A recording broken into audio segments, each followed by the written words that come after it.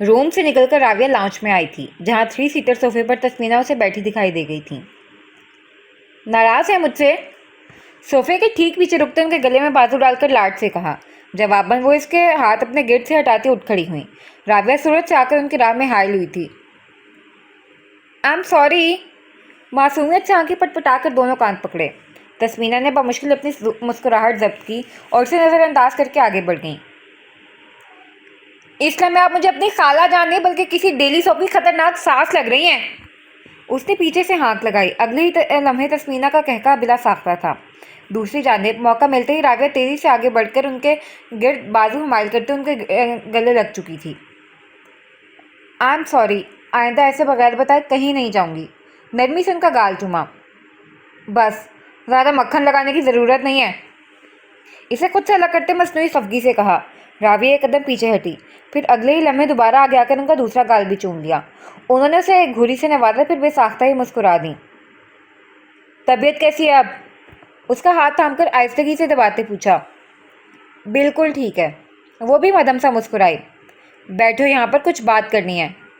वो उसी तरह उसका हाथ थामकर सोफे तक लाई थी। उसे बिठाते हुए खुद उसके बराबर में टिक गई और रुख मुकम्मल उसके जानिब मोड़ों से देखने लगी। क्या बात है खाला जान? वो कुछ हैरत से उन्हें तकते मुखातिब हुई।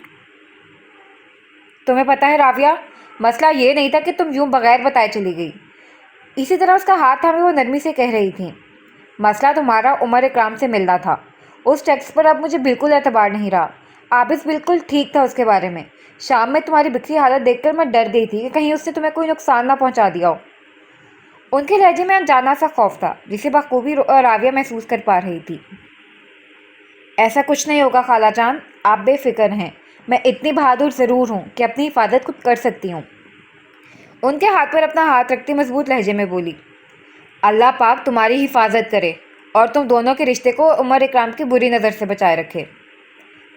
आमीन, राविया ने बेसाख्ता कहा। उमर के पागलपन ने आपके उसे सही मानों में परेशान कर दिया था। कल रात उसे वाकई लगा था कि उसकी बात समझ गया है, मगर वो गलत थी।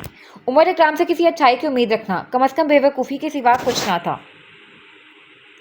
हामिद दुरानी की आर्ट गैलरी में बने इसके ऑफिस रूम में आज भी उसके मुकाबले कोई शख्स मौजूद था। एक नया मेहमान, जिसकी मौजूदगी में इसके चेहरे पर अजीब सी चमक थी। आज से तुम्हारा और मेरा हिसाब बराबर हुआ उमर। तुमने मेरी बनाई गई 7 पेंटिंग्स महंगे दामों बिकवा कर मुझे एक फेवर दिया था। आज तुम्हारा फेवर मैंने अपने अंदाज में तुम्हें वापस लौटा दिया। अगर तुम उम्मीद कर रहे हो कि मैं तुम्हें शुक्रिया करूँगा तो ऐसा बिल्कुल नहीं है। बीच में हाई मेज़ के दूसरी तरफ रखी कुर्सी पर पैर चढ़ाए बैठा वो अपनी असली मगरूराना लहजे में कह रहा था। तुमसे शुक्रिया की कोई उम्मीद नहीं है मुझे। हालांकि तुम्हें मेरा शुक्रगुजार होना चाहिए। तुम्हारे लिए मैंने अपने एक बहुत अच्छे दोस्त को धोखा दिया है। मेरे लिए नहीं हामिद, अपने उन पुराने बेकार पेंटिंग्स के लिए, जिसे मेरे तवज्जुह से बेचने पर तुम्हें तुम्हारी औकात से ज़्यादा रकम मिली है। वरना अब भी वो पेंटिंग्स तुम्हारी आर्ट गैलरी के स्टोर रूम में पड़ी सड़ रही होती और तुम उन्हें बेचने के लिए गाहक ढूंढते फिर रहे होते। वो करीबन फनकारा था। हामिद ने लब भेजकर उसे देखा। बेचे किसे हैं तुमने वो पेंटिंग्स? उसका जवाब जानते हुए भी सवाल किया। तुम्हें उस सबसे सरोकार नहीं होना चाहिए हामिद। 7 पेंटिंग्स डिलीवर हो गई हैं और 7 के पैसे भी तुम्हें मिल गए हैं। अब तुम अपने रास्ते और मैं अपने रास्ते। मैं अच्छे से जानता हूँ, जब से मैंने तुम्हें आबिस की उन 6 पेंटिंग्स के बारे में बताया था, तब से ही मुझसे अपना काम निकलवाना चाहते थे। इसलिए तुमने अपनी वो पेंटिंग्स बिकवाई हैं, वरना तुम जैसा इंसान मरकर भी किसी को फ़ायदा न पहुँचाए। सख्त लहजे में चोट की। सही कहा तुमने। मैं फ़ायदा उन्हीं लोगों को पहुँचाता हूँ जो मुझे फ़ायदा दे सकें। और चौंका, अब तुमसे मुझे मज़ीद कोई फ़ायदा हासिल नहीं हो सकता। सो आइंदा मेरे रास्ते में आने या मुझसे रब्ता करने की कोशिश भी मत करना। सर्द लहजे में कहता वो उठ खड़ा हुआ। अगर अभी मैं आबिस को जाकर सारी असलियत बता दूँ तो तुम्हारा सारा प्लान गारत हो जाएगा उमर। क्या कहा तुमने? जो पलटने लगा था एकदम ही ठहरा। मैं आबिस को तुम्हारे प्लान के बारे में बता सकता हूँ। शौक से बताओ हामिद, लेकिन जानते हो इसके बाद मैं क्या करूँगा? वो चंद कदम आगे आया और दरमियान में हाइल मेज़ पर दोनों हथेलियाँ रखता आगे को झुका। मैं सुल्तान शहबाज को तुम्हारे तोहफे की असलियत बता दूंगा। उसकी आंखों में आंखें गाड़े सफाकी से कहा। कौन सा तोहफा? मुकाबिल का सांस हटका। ओह, तो इतनी जल्दी भूल गए तुम। एक स्पेनिश आर्टिस्ट के काम पर बनाएगी तुम्हारी अपनी पेंटिंग जो तुमने सुल्तान को तोहफे में पेश की थी, ये कहकर कि स्पेनिश आर्टिस्ट फ्रांसिस्को रिस्की की पेंटिंग है, सिर्फ और सिर्फ उससे सियासी फेवर्स हासिल करने के लिए। मजीद सुल्तान के इस पेंटिंग्स का सोर्स पूछने पर तुमने बड़ी राजदारी से उसे बताया था कि यह खास सुल्तान की खातिर तुमने ब्लैक मार्केट से खरीदी थी। मेज़ पर यूं ही झुके चबा चबा कर अल्फाज अदा किए। "तु- तुम्हें कैसे पता? जब मैं किसी से फेवर्स लेता हूँ ना हामिद, तो इसकी कमजोरियों को बहुत अच्छे से खंगालता हूँ ताकि मुकाबिल काब हो जाने के बाद मेरा ही पत्ता काट ना सके। खैर, तुम्हारी ब्लैक मार्केट वाली बात से उसे तो कोई फ़र्क ना पड़ा, पर फ़र्ज़ करो अगर मैं सुल्तान को ये कहूँ कि किसी पेंटिंग एक्सपर्ट से इस पेंटिंग की जांच कराए क्योंकि मुझे नकली लगती है, तो क्या होगा? ये जानकर कि तुमने उसे एक नकली पेंटिंग बतौर तोहफा दी है, वो तो हत्ते से उखड़ जाएगा। मुमकिन है कि तुम्हारी आर्ट गैलरी को जो सालाना फंडिंग वो करता है वो भी रोक दे। पीछे को होता हुआ मसनूई फिक्रमंदी का इजहार कर रहा था। खुदा गारत करे तुम्हें उमर अकराम, बहुत जल्द तुम अपने अंजाम को पहुंचोगे। मेरी फिक्र छोड़ो, अपनी फिक्र करो, क्योंकि तुम्हारा अंजाम अब बहुत करीब है। एक बार फिर आगे को झुककर राजदारी से कहा। क्या मतलब? मुकाबिल चौंका बुरी तरह। हामिद दुरानी, तुमने आज सुबह जो झूठ आबिश की बीवी से बोलकर आबिश को धोखा दिया है, तुम्हें लगता है वो तुम्हें बख्श देगा? शैतानी चमक आंखों में सजाए मुकाबिल को जिच किया। तुमने उमर मुझसे कहा था कि अगर मैं तुम्हारा काम कर दूं तो आबिश को तुम खुद संभाल लोगे। हामिद ने सकते के आलम से देखते बमुश्किल अल्फाज अदा किए। पेशानी शिकन आलूद हो चुकी थी। अगर मैं आबिश को संभाल सकता तो अब तक राविया मेरे पास होती। उमर ने सोचा मगर कहा तो बस ये। तुमने मेरा यकीन कैसे कर लिया हामिद? और हामिद को लगा था कि पूरी छत उसके सर पर आन गिरी है। वो क्या करेगा? हामिद के उसान खता हुए, हाथ पैर गोया इसलिए में शल हो गए थे। जितना मैं उसे जानता हूँ, शायद तुम्हारा दिया जाने वाला धोखा वो माफ़ कर दे, मगर यहाँ असल बात में राविया की है। सो मुमकिन है वो तुम्हारी 10-12 हड्डियाँ तोड़ दे या शायद जान भी ले ले। वो गोया खबरनामा पढ़कर सुना रहा था। खबीस इंसान, तुमने मुझे बुरी तरह फंसा दिया है। मैं दुआ करूंगा कि तुम्हारा प्लान कभी कामयाब ना हो। वो धाड़ा। मत करना, नहीं होगी कबूल, क्योंकि इस बार मेरे प्लान को कामयाब होने से कोई नहीं रोक सकता। इतना गरूर अच्छा नहीं होता उमर। तुम्हें लगता है कि लोगों की किस्मत तुम्हारे इशारे पर चलेगी, तो गलत हो तुम, क्योंकि किस्मतों का लिखने वाला तुम्हारी हर चाल से ज़्यादा बड़ा है। वॉट एवर, नखुवत से कहा। वैसे लगता है अपने दोस्त से बहुत हमदर्दी हो रही है। खैर कोई नहीं, जब उसके हाथ से मार खाओगे तो इस हमदर्दी का बुखार भी उतर ही जाएगा। ऐसी बात है उमर, तो जितना नुकसान उसका तुम कर चुके हो, सबसे पहले तो उसे तुम्हें गोली मारनी चाहिए। बिल्कुल ठीक कहा तुमने, मैं भी यही सोचता हूँ कि मुझे क्यों नहीं कहता कुछ। शायद डरता है मुझसे। अपने बात के हिसाब पर वो बेवजह हंसा। बहुत जल्द तुम्हारी गलत फहमियों का बुत टूटेगा उमर, देख लेना तुम। हामिद ने नफरत से कहा। लेट्स सी, फिलहाल तो तुम अपनी खैर मनाओ, आबिश तुम तक पहुंचता ही होगा। कहते साथ वो पलटा और कुर्सी की पश्त पर टंगा अपना कोट उठाकर बाजू पर डालता उसके ऑफिस से बाहर निकल गया। पीछे हामिद ने उसे 3-4 मुहज़्ज़िब गालियों से नवाजा था। उस बंदे की वजह से वो बहुत बड़ी मुश्किल में फंस चुका था और अब उसे फिक्र खाई जा रही थी कि आबिश उसके साथ क्या करने वाला है। पेशानी पर पसीने के नन्हे नन्हे कतरे साफ चमकते दिखाई दे रहे थे। शहर पर एक नए दिन का सूरज तलू हुआ। पूरा शहर जाग उठा। दिन भर लोग रोजी की तलाश में दौड़ धूप करते रहे। कुछ की परेशानियां हल हुई तो कुछ नए सिरे से परेशानियों में घिर गए। गर्ज निज़ाम ज़िंदगी यूं ही रवा रहा। वक्त लम्हा लम्हा सिरकता रहा और देखते ही देखते दिन गरूब हो गया। अब की रात पल पल बह रही थी। ऐसे में शहर के एक कदरे सुनसान शाहरा पर उमर इकराम अपनी गाड़ी में सफ़र करता दिखाई दे रहा था। ड्राइविंग सीट संभाले वक्फे वक्फे से पेशानी मसलता वो कदरे मुस्तरिब दिखाई देता था। बहुत आहिस्तगी के साथ फ्रंट सीट पर उसके बराबर आकर टिक जाओ और गौर से उसे देखो तो जानोगे कि उसके माथे पर जख्म का एक ताज़ा निशान है। वो बार बार अपना एक बाजू स्टीयरिंग से हटाकर झटकता था। उसकी आंखों में उस पल एक मंजर चल रहा था। वो मंजर जब हामिद की तरफ से उसे पिक करना का मैसेज मिलने पर वो उसकी आर्ट गैलरी पहुंचा था। उमर के मुताबिक इस वक्त उसे बाहर खड़े होकर उसका वेट करना चाहिए था, मगर चौंका वो बाहर ना था, सो उमर ने इंतज़ार किए बिना अंदर की जानिब कदम बढ़ा दिए। चेहरे पर बेजार तासुरात थे। ऐसे सोशल सर्विस का इसे कोई शौक ना था, मगर चौंका इसका रास्ता यहीं पड़ता था, सो उसे लेने के लिए रुक गया था। आर्ट गैलरी में दाखिल होने के लिए बाहर की तरफ बने कुछ जीनों का अबूर करते एकदम ही उसका पैर रपटा और वो पूरी तरह ज़मीन बोस हुआ था। उसका माथा किसी चीज़ से टकराया जिसके बायस माथे पर चोट आई थी। दाएं हाथ पर भी वजन आया था। इतराफ में निगाह दौड़ाकर लोगों की गैर मौजूदगी को महसूस करके मुतमिन होता वो कपड़े झाड़ता उठ खड़ा हुआ। मगर इस लम्हे वो लाइल्म था कि बहुत जल्द वो एक बार फिर यूं ही बुरी तरह ज़मीन बोस होने वाला है। तेज़ी से उन जीनों का अबूर करता वो आर्ट गैलरी के अंदर दाखिल हुआ। रुख हामिद के ऑफिस की जानिब था और ऑफिस में दाखिल होते ही जो मंजर उसकी आंखों ने देखा, उसके पैरों तले से ज़मीन खिसका गया। जगह जगह पड़ी अशिया। ऑफिस के वस्त में नीम गनूदा हालत में करहाता हामिद, जिसका चेहरा लहूलुहान था। गनूदगी शायद खून रवानी से बहने की सूरत में तारी होने लगी थी। ये कैसे हुआ सब हामिद? तेजी से आगे आकर उसके चेहरे को थपकते सवाल पूछा था। आबिस, उसने कहा और उमर के गले में गिल्टी सी उभरी। आबिश आया था, कहा अगली बारी तुम्हारी है। गनूदगी में जाता वो बेरबत जुमले अदा कर रहा था। उमर के साल खता हुआ वो बेख्तियार ही पीछे हटा था। मेरी मदद करो उमर बिना उसे जवाब दिए नफ़ी में सर हिलाता पीछे हटा। उमर वो उसे पुकार रहा था, खौफ से, उम्मीद से। वो जो बिना रुके उसके ऑफिस का दरवाज़ा खोलकर बाहर निकल गया था। हामिद को बुरी तरह पीटा गया था और ऐसे शख्स को अस्पताल तक पहुंचाना उसके लिए गोया अपने पैरों पर कुल्हाड़ी मारना था, क्योंकि उसे डर था कि इल्ज़ाम उसके अपने सर ही ना आ जाए। उमर के ऑफिस से निकलते ही कोई था जो दोबारा ऑफिस में दाखिल हुआ था। स्याह हुडी पहने, हुड को सर पर आगे की जानिब गिराए, लब भींच के कमरे के वस्त में पड़े शख्स को देखता वो मर्द, जिस पर नजरें पड़ते ही हामिद की आंखें खौफ से फैली थीं। मुझे बचा लो आबिस, तड़प कर इल्तजा की थी। आंख के किनारे से एक आंसू फिसला और अगले ही लम्हे वो होशो खिरत से बेगाना हो गया। आखिरी चीज़ वो जो महसूस कर पाया था वो अपने आप को किसी चीज़ पर झूलता हुआ था। उस वाक़ये के अगले दिन जब सूरज तलू हुआ तो सूरज की रोशन किरणों ने शहर के एक सरकारी अस्पताल के जनरल वार्ड का रुख किया।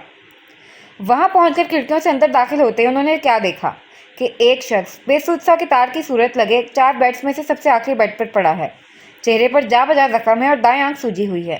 ख्वाब की कैफियत में उसका जहन एक मंजर सा बुन रहा था, कल रात का मंजर, जब वो किसी काम के घर से आर्ट गैलरी में बने अपने ऑफिस रूम से बाहर निकला था।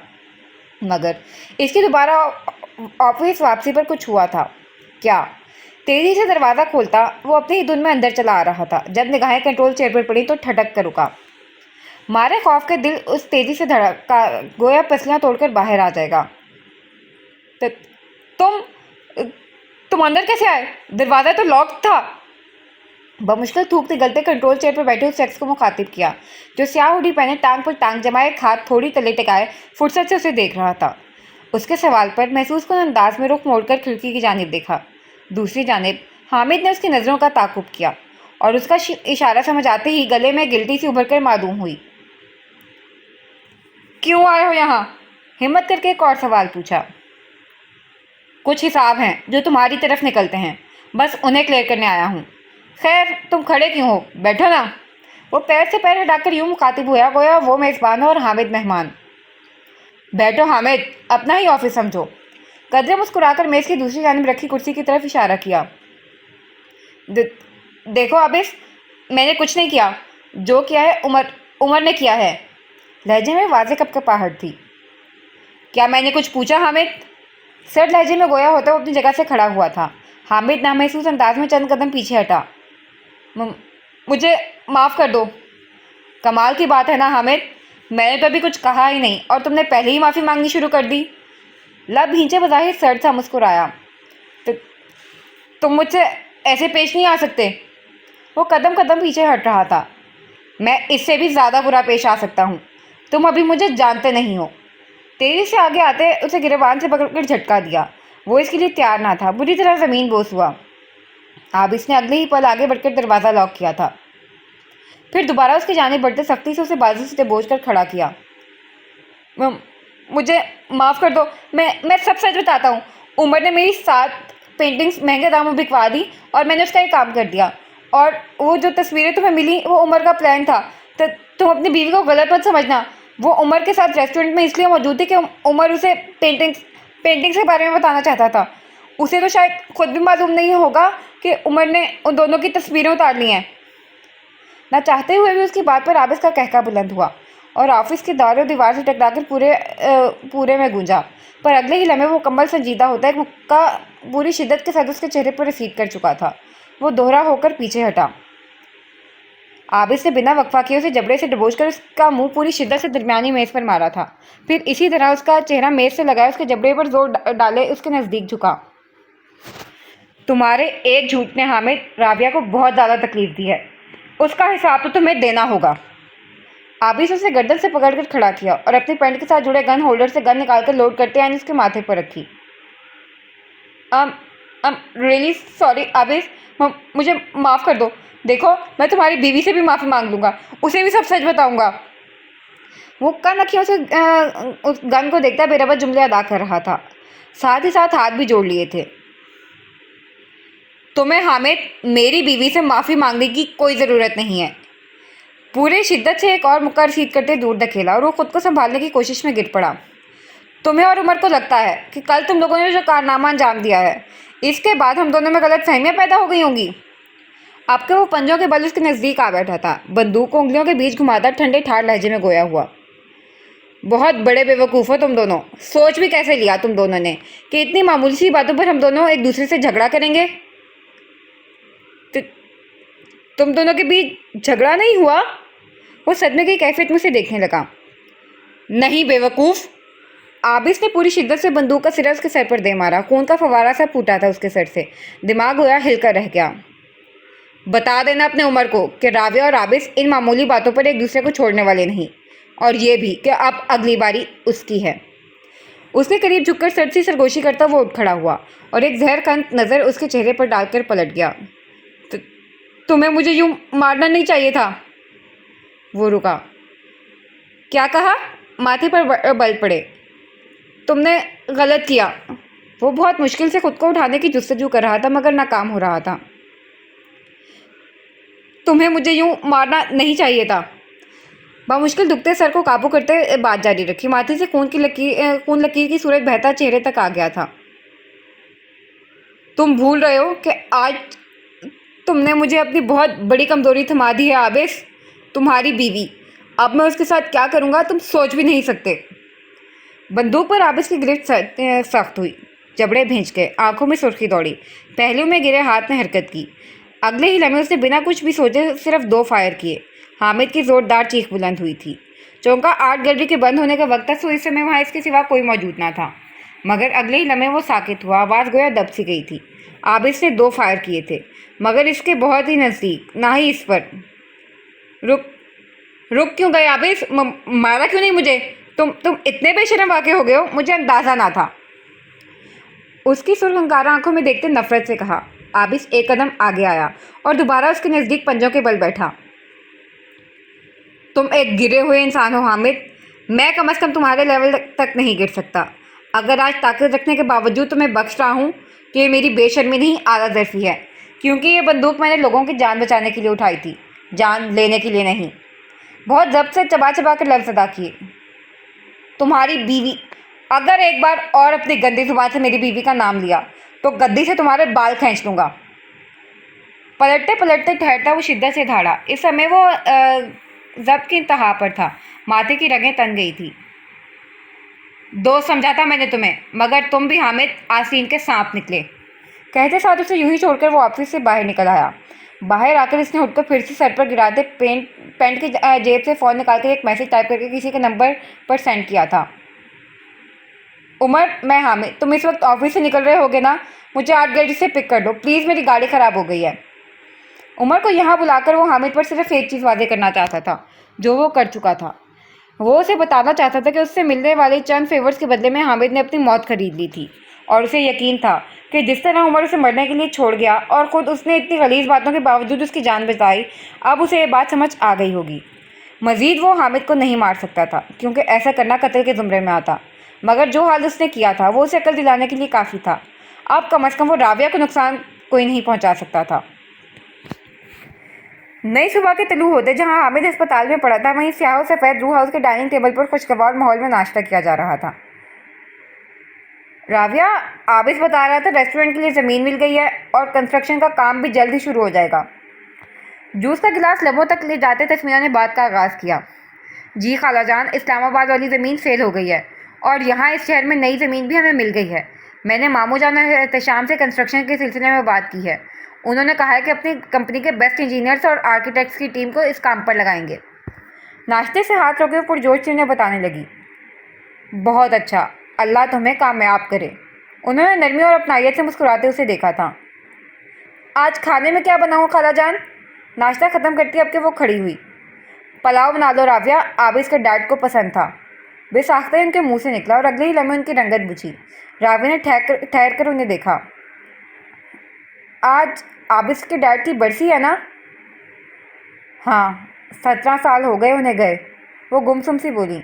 राविया ने आगे बढ़कर उनके कंधे पर हाथ रखते कोया उन्हें दिलासा दिया। वो उसे देखकर नम आंखों से मुस्कुराई, फिर अपनी जगह से उठ खड़ी हुई। रुख अब अपने कमरे की जानिब था। राविया ने यासीहत से अपनी इनकी पश्त को देखा था। जिंदगी की कहानी में किसी इंसान का किरदार चाहे कितना ही बुरा क्यों ना रहा हो, हम चाहकर भी उस किरदार को अपनी कहानी और ख्यालात से नहीं निकाल सकते। बिलाखिर हालिया दिन भी अब इस ख़िताम को पहुंचा। आबिस आज फिर देर रात से घर लौटा था, जहां लॉन्च के एक सोफे पर विराजमान राविया उसके इंतजार में बैठी थी। आ गए आप? उसे आता देख खुशगवारी से उसकी जानिब बढ़ी, जिसका चेहरा कदरे बुझा बुझा सा था। उसे अपनी तरफ आता देख नरमी से मुस्कुराया। फिर दोनों ने साथ ही ऊपरी मंजिल के जीनों की जानिब कदम बढ़ाए। गोल दायरे की सूरत ऊपर जाते जीनों पर वो दोनों साथ साथ चल रहे थे। रूम में आकर आबिस ने ड्रेसिंग टेबल पर अपना मोबाइल और वॉलेट रखा। राविया उसके पीछे खड़ी उसका कार्रवाई मुलाहिजा कर रही थी। कब्रिस्तान गए थे? वो जो वार्डरोब की तरफ बढ़ने लगा था उसके सवाल पर झटके से पलटा। आपके डैड की बरसी है ना, इसलिए पूछ रही थी। उसकी आंखों में दिखाई देते सवाल को महसूस करके जवाब दिया। गया था। वो दोबारा वार्डरोब की जानिब घूम चुका था, आहिस्तगी के साथ बोला। राबिया को इत्मीनान हुआ। आपने कभी मुझे उनके बारे में नहीं बताया। राबिया की जुबान पर फौरन ही शिकवा आया था। क्या जानना चाहती हो? वो वार्डरोब से अपना ट्राउज़र और शर्ट लेता घूमा। आपके डैड कैसे थे, क्या करते थे, सब। आबिस चंद में खामोशी से उसे देखता रहा, फिर पलट गया। रुख बाथरूम की जानिब था। राबिया बुरा सा मुंह बनाकर बालकनी की जानिब बढ़ गई। कुछ पल गुजरे, आबिस फ्रेश होकर बाहर आया। कदम बेख्तियारी बालकनी की जानिब बढ़ गए, जहाँ वो झूले पर बैठी आहिस्तगी के साथ झूल रही थी। आबिस आगे आता उसके बराबर में आ बैठा और निगाहें आसमान पर टिका दी। फिर एक तवील खामोशी के बाद आगाज़ किया। वो एक गवर्नमेंट ऑफिसर थे। आवाज़ काफ़ी मध्यम थी। राविया ने बेख्तियारी रुख मोड़कर उसे देखा।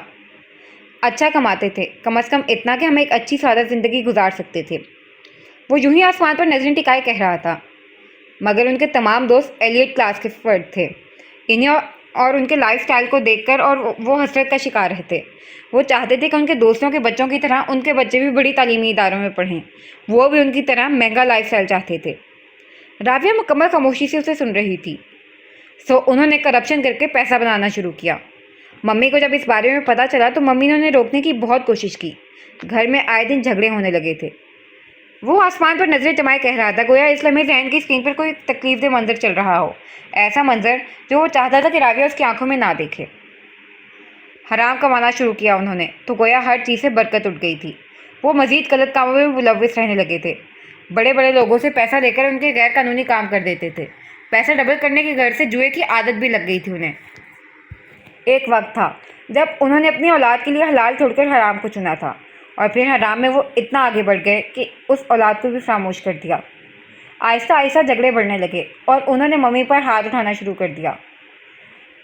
राविया की आंखों में कुछ चुभा था इस लम्हे।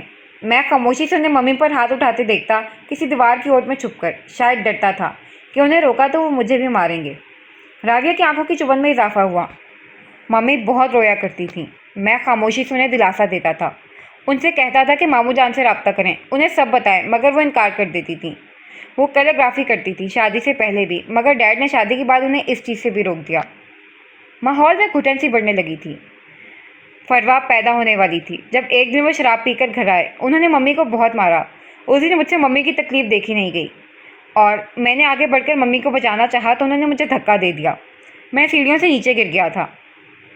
राविया के हाथ पैर हौले हौले कांपे। मगर कोई मौजज़ा था शायद कि मुझे मामूली चोटें आई थीं। उस रात मैंने खुद मामू जान को फ़ोन करके सब कुछ बता दिया और अगले ही दिन मामू जान हमारे घर मौजूद थे।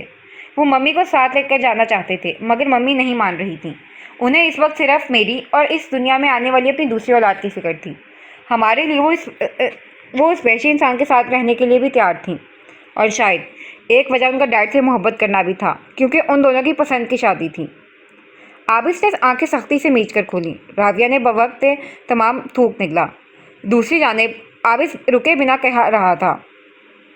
उस दिन मम्मी मामू जान के साथ नहीं गई थी मगर मामू जान ने डैड को बहुत अच्छे से वार्न कर दिया। कुछ दिन डैड ठीक रहे थे और फिर फटवा पैदा हुई और एक बार फिर डैड का टॉर्चर शुरू हो गया क्योंकि वो आबिस की आवाज़ लड़ती गुस्से से तकलीफ से वो बेटा चाहते थे। राविया की दाएं आंख से एक आंसू फिसला। उसके बाद उन्होंने जुल्म की इंतहा कर दी। उन्होंने फरवा को मारने की कोशिश की और मम्मी की बर्दाश्त यहीं तक थी। अपनी औलाद पर बात आई तो उनकी शौहर की मोहब्बत दूर जास हुई और वो सब कुछ छोड़कर हमें लिए मामू जान के घर आ गई। हमें मामू जान के घर 1 महीना गुजरा था। मम्मी और डैड की अलहदगी हो चुकी थी और तब हमें पता चला कि डैड की जुए की आदत उन्हें सड़क पर ले आई है और ये भी उन्होंने किसी दोस्त के तवसत से एक सियासतदान से कसीर रकम उधार ली थी, ये कहकर कि वो अपना कारोबार शुरू करना चाहते हैं मगर वो उस रकम को भी जुए में हार गए। उस सियासतदान के आदमी डैड को तलाश कर रहे थे जो कहीं जा छुपे थे मगर आखिरकार उन्होंने एक कच्ची आबादी में वाक़ शराब खाने से डैड को शराब नशी की हालत में ढूंढकर कत्ल कर दिया था। जिस वक्त डैड की मौत हुई इस वक्त वो नशे की हालत में थे और यूं हराम कमा कर वो हराम चीज़ें लेते लेते दुनिया से चले गए। आबिस खामोश हुआ और फिर कितनी ही देर तक खामोश रहा। जब अचानक कुछ महसूस होने पर वो तेज़ी से राविया की जानिब घूमा था जो हौले हौले कांप रही थी। राविया, राविया तुम ठीक हो? आबिस, खाला जान और आपके डैड की पसंद की शादी थी। आबिस का दिमाग भग से उड़ गया। इसे बिल्कुल अंदाजा न था कि राविया इन तमाम बातों के बाद ये नतीजा अखज़ करेगी। तुम्हें राविया लगता है कि मैं तुम्हारे साथ ऐसा करूँगा? आबिस की आवाज़ में क्या नहीं था, गुस्सा, बेबसी, तकलीफ। दूसरी जानिब वो नज़रें झुकाकर फूट फूट कर रो दी। बचपन में जब डैड की डेथ हुई थी मेरे क्लास फेलोज मुझे बहुत परेशान करते थे। इस वक्त मुझे ताना सुनने को मिलता था कि मैं भी एक दिन अपने डैड जैसा ही बनूंगा। मुझे उनकी बातों से कभी फ़र्क नहीं पड़ा था राविया क्योंकि मैं जानता था मैं कभी ऐसा नहीं बनूंगा। मगर आज तुम्हारे मुँह से अल्फाज सुनकर जो तकलीफ़ मुझे हुई है ना, इसका अंदाज़ा तुम लगा भी नहीं सकती। तुम तो मुझे बचपन से जानती हो ना राविया। काश कि तुम्हें मुझ पर भरोसा होता। आखिर और किस तरीके से अपनी मोहब्बत का यकीन दिलाऊं मैं तुम्हें? आबिस, वो जो शिकस्त खुर्दा सा उठने लगा था उसकी पुकार पर ठहर गया। माफ़ किया राविया। बिना उसकी तरफ से कुछ सुनने मुख्तसर सा जवाब देता वो आगे बढ़ गया। पीछे राविया गोया सदमे की कैफियत का शिकार हुई थी। न जाने कितनी देर यूं ही बैठे रहने के बाद कुछ सोचकर खड़ी हुई। रुख अंदर की जानिब था। वो कमरे में आई जहां वो बेड पर नीम दराज था, लाइट ऑफ के दायां बाजू आंखों पर रखे। वो छोटे छोटे कदम उठाते उसके पास आकर बैठी। आबिस, बैठते साथ कदरे झिझकते हुए आहिस्ते के साथ पुकारा। दूसरी जानिब वो बिना हिले यूं ही लेटा रहा। आबिस, फिर पुकारा। जाकर सो जाओ राविया, कोफ्त से कहा गया। आबिस प्लीज़, गोया मन्नत की गई। मैंने कहा जाकर सो जाओ राविया, लहजे में नागवारी थी। अब अगर तुम यहाँ से ना उठी तो मैं खुद रूम से बाहर चला जाऊँगा। उसके लहजे में ऐसी बेजारियत और गुस्सा था कि राविया मजीद कुछ भी कहे बिना उठ खड़ी हुई। अभी वो चंद कदम आगे बढ़ी थी जब बेध्यानी में चलते उसका पैर किसी चीज़ से बुरी तरह टकराया। करा बुलंद हुई थी और चंद सानियों में कमरे की लाइट खुली।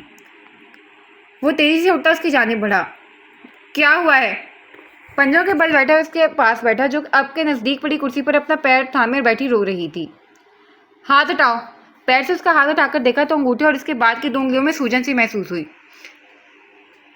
देख कर नहीं चल सकती, मुझे तकलीफ पहुंचाने का कोई तरीका तो हाथ से जाने दिया करो।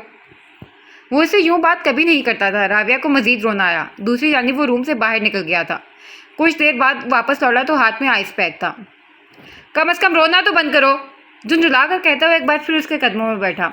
अलबत्ता एक पल के लिए भी उसके आंसू से भरे चेहरे को नहीं देखा था क्योंकि फिलहाल वो किसी किस्म की रियायत उसे देने के मूड में ना था।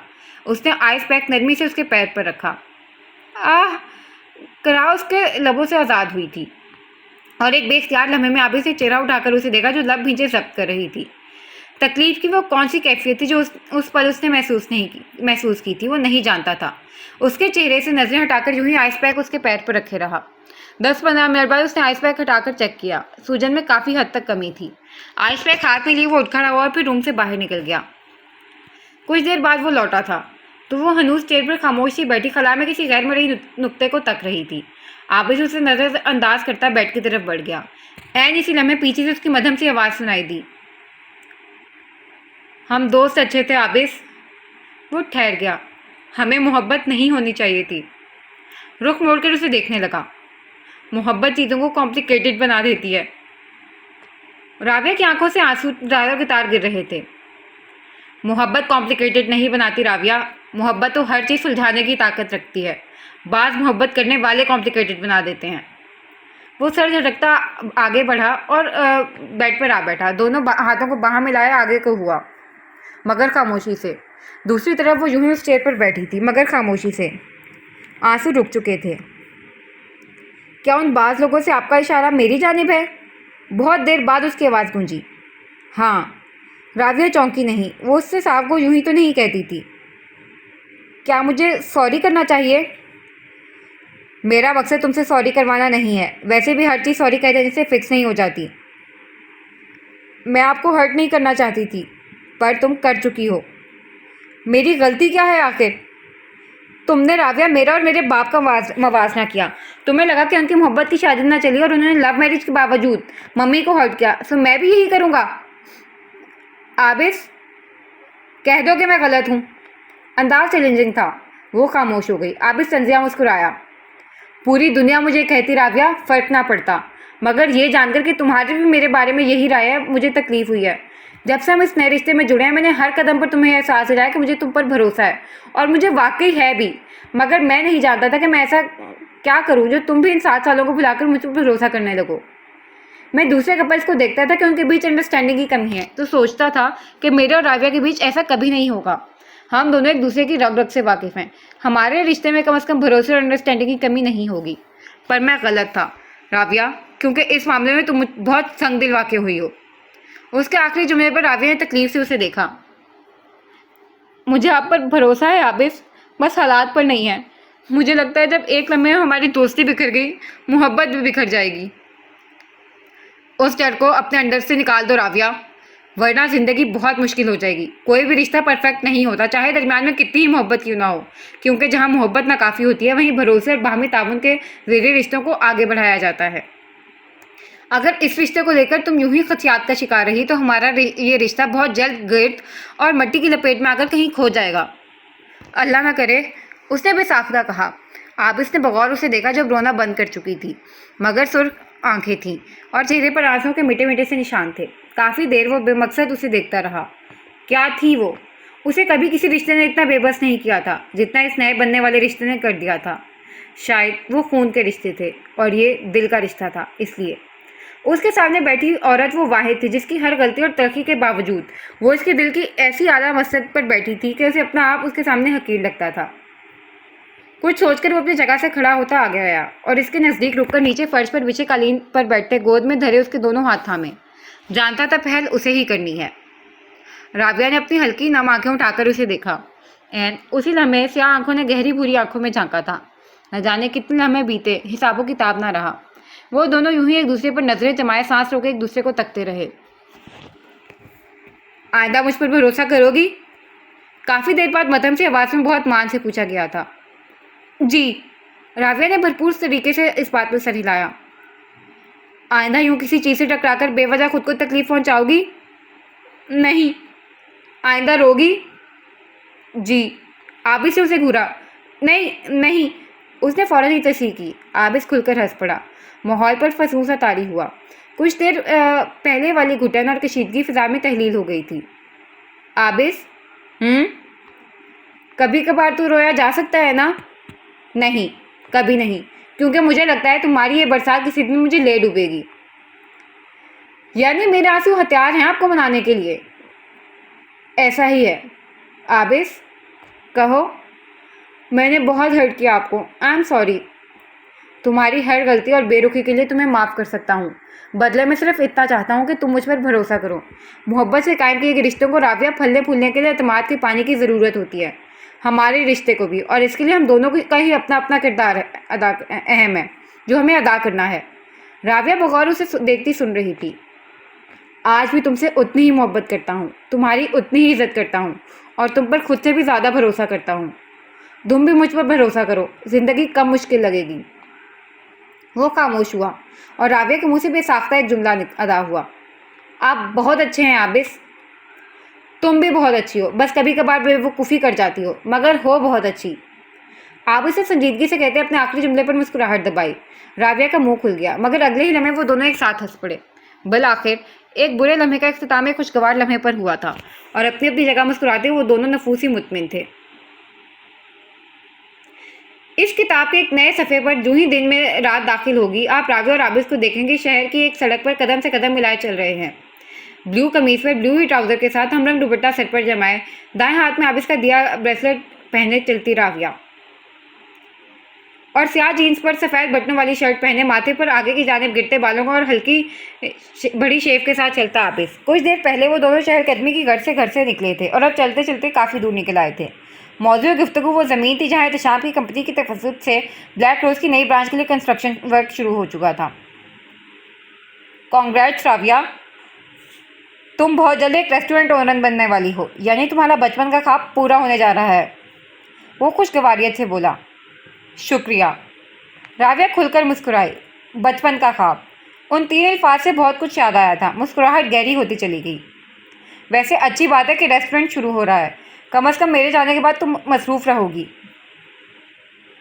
आपके जाने में कितना वक्त बाकी है? बज़ाहिर आम से लहजे में पूछा, जबकि मुस्कुराहट अब सिमट चुकी थी। यही कोई एक डेढ़ हफ्ता, बस कुछ ज़रूरी काम निपटाने हैं, उसके बाद मैं चला जाऊँगा। मुझे आप से एक बात नहीं समझ आती, बावजूद छुट्टियों के आप हर वक्त किसी न किसी काम के सिलसिले में बाहर ही रहते हैं। ऐसा क्या काम है आपके? बताया तो था तुम्हें, मैं संजीदा हूँ आबिस। सही वक्त आने पर तुम्हें सब बताऊँगा। पक्का? लिख कर रख लो। भरोसा है आप पर, जिताते हुए कहा। इसके मतलब को समझते आबिस ने रुख मोड़कर एक दिलचस्पी से भरपूर नज़र उसके चेहरे पर डाली। सामने देखकर चलें। राबिया ने मुश्किल मुस्कुराहट जब्त की। ना देखूं तो? उसके चेहरे पर फैले रंग उसे महसूस कर रहे थे। सामने पोल है, इसलिए कह रही हूँ, राबिया ने कहा। आबिस ने तेजी से रुख सामने की जानिब फेरा जहाँ वाकई एक खंबा था। अगली ही पल राबिया खिलखिलाकर हंस पड़ी। आबिस ने पोल के एक तरफ से निकलते उससे मसनूई घूरी से नवाजा था, जो हनूस हंस रही थी। कुछ पल यूं ही सिरके वो दोनों मजीद आगे आ चुके थे। आओ कॉफ़ी पिएं। आबिस ने रास्ते में आने वाली पहली कॉफ़ी शॉप की जानिब इशारा करते हुए कहा और इस जानिब कदम बढ़ाए। कुछ देर बाद वो दोनों साथ ही अंदर आए थे। बहुत सी टेबल्स के बीच से गुजरकर आखिरी टेबल पर एक दूसरे के मुकाबिले आ बैठे। उनका कॉफ़ी शॉप में दाखिल होना, बहुत से टेबल्स के बीच से गुजरना और आखिरी टेबल संभाल कर बैठ जाना, इस पूरे वाक़ये में कहीं कुछ मिसिंग था। मगर क्या? अगर हम इस कहानी की किताब का एक वर्क पलट कर फिर उस लम्हे में वापस जाएँ तो देखेंगे कि जब राबिया और आबिस कॉफ़ी शॉप में दाखिल हुए, कॉफ़ी शॉप में कितार सूरत लगे टेबल्स में से एक संभाले बैठा शख्स, जो अपने मुकाबले बैठी इंतहाई मॉडर्न किस्म की लड़की से महवे गुफ्तगू था, बुरी तरह चौंक कर सीधा हुआ। क्या हुआ उमर? उसकी बदलती रंगत देख मुकाबिल बैठी लड़की ने पूछा। कुछ नहीं, कदर इस तरह भरे लहजे में जवाब दिया। निगाहें उन दो नफूस पर थीं जो आपके सामने की जानिब एक टेबल से वाले एक दूसरे से बातों में मशगूल थे, और उनके बात करने का अंदाज, नाराज़गी का मामूली सा शाइबा भी ना था दोनों के चेहरों पर। क्या उन दोनों के बीच सब कुछ नॉर्मल है? क्या उसका प्लान एक बार फिर नाकाम हो गया? उसके सवाल अंदर ही कहीं गूंज रहे थे। उमर, हम कुछ बात कर रहे थे। मुकाबिल बैठी लड़की ने मेज़ पर धरे उसके हाथ पर अपना हाथ रखा, मगर वो उसे नहीं देख रहा था। निगाहों का मरकज़ उस लड़की का चेहरा था, जो आबिस की किसी बात पर खुलकर हंस रही थी, और हंसते हुए यकदम में उसकी निगाहें उमर पर पड़ी। दोनों की नज़रें मिली थीं। राबिया की मुस्कुराहट यकलक थमटी। उमर की बेचैनी में इजाफा हुआ था। राबिया की निगाहें मज़ीद आगे बढ़ीं, और अगले ही लम्हे उमर ने उसकी आंखों में तंज़िया तासुरात उभरते देखे। उमर ने उसकी नज़रों का ताक़ुब किया। निगाहें अपने हाथ पर ठहरी जिस पर मुकाबिल बैठी लड़की का हाथ धरा था। उसने खींचने के अंदाज में अपना हाथ उसके हाथ से निकाला। What is this behaviour Umar? उस लड़की ने बुरा मनाया और फिर उमर की नज़रों का ताक़ुब किया। ताक़ुब के इख्तिताम पर उसे एक लड़के का चेहरा दिखा। उसके चेहरे के ज़ाविये बिगड़े। क्यों घूर रहे हो उसे? क्या तुम्हारी एक्स है? जुबान संभाल कर बात करो, उसने रुख मोड़ते नागवारी से कहा। वो मुंह बसूर कर रह गई। क्या हुआ राविया? दूसरी जानिब आबिस ने राविया की मुस्कुराहट सिमटी देखी पूछा, तो फिर उसकी नज़रों के ताक़ुब में पीछे की जानिब देखा। ओह उमर, कुछ सोचकर वो मुस्कुराया। राविया ने रुख मोड़कर उसे देखा। उसके बदलते तासुरात को देखती वो भी बेसाख्ता मुस्कुरा दी। कुछ याद आया था उन दोनों को इस लम्हे। कम विद मी, उससे मिलते हैं। Really Abis? Just come. Abis ने राविया की जानिब हाथ बढ़ाया। राविया ने उसका हाथ थामा और उन्हें तकते उमर को गोया अपना सांस रुकता हुआ महसूस हुआ। वो सांस रोके उन दोनों का एक दूसरे का हाथ थामे अपनी तरफ आता देखने लगा। उसके मुकाबिल बैठी लड़की इसकी हरकत पर शदीद बेजार दिखाई दे रही थी।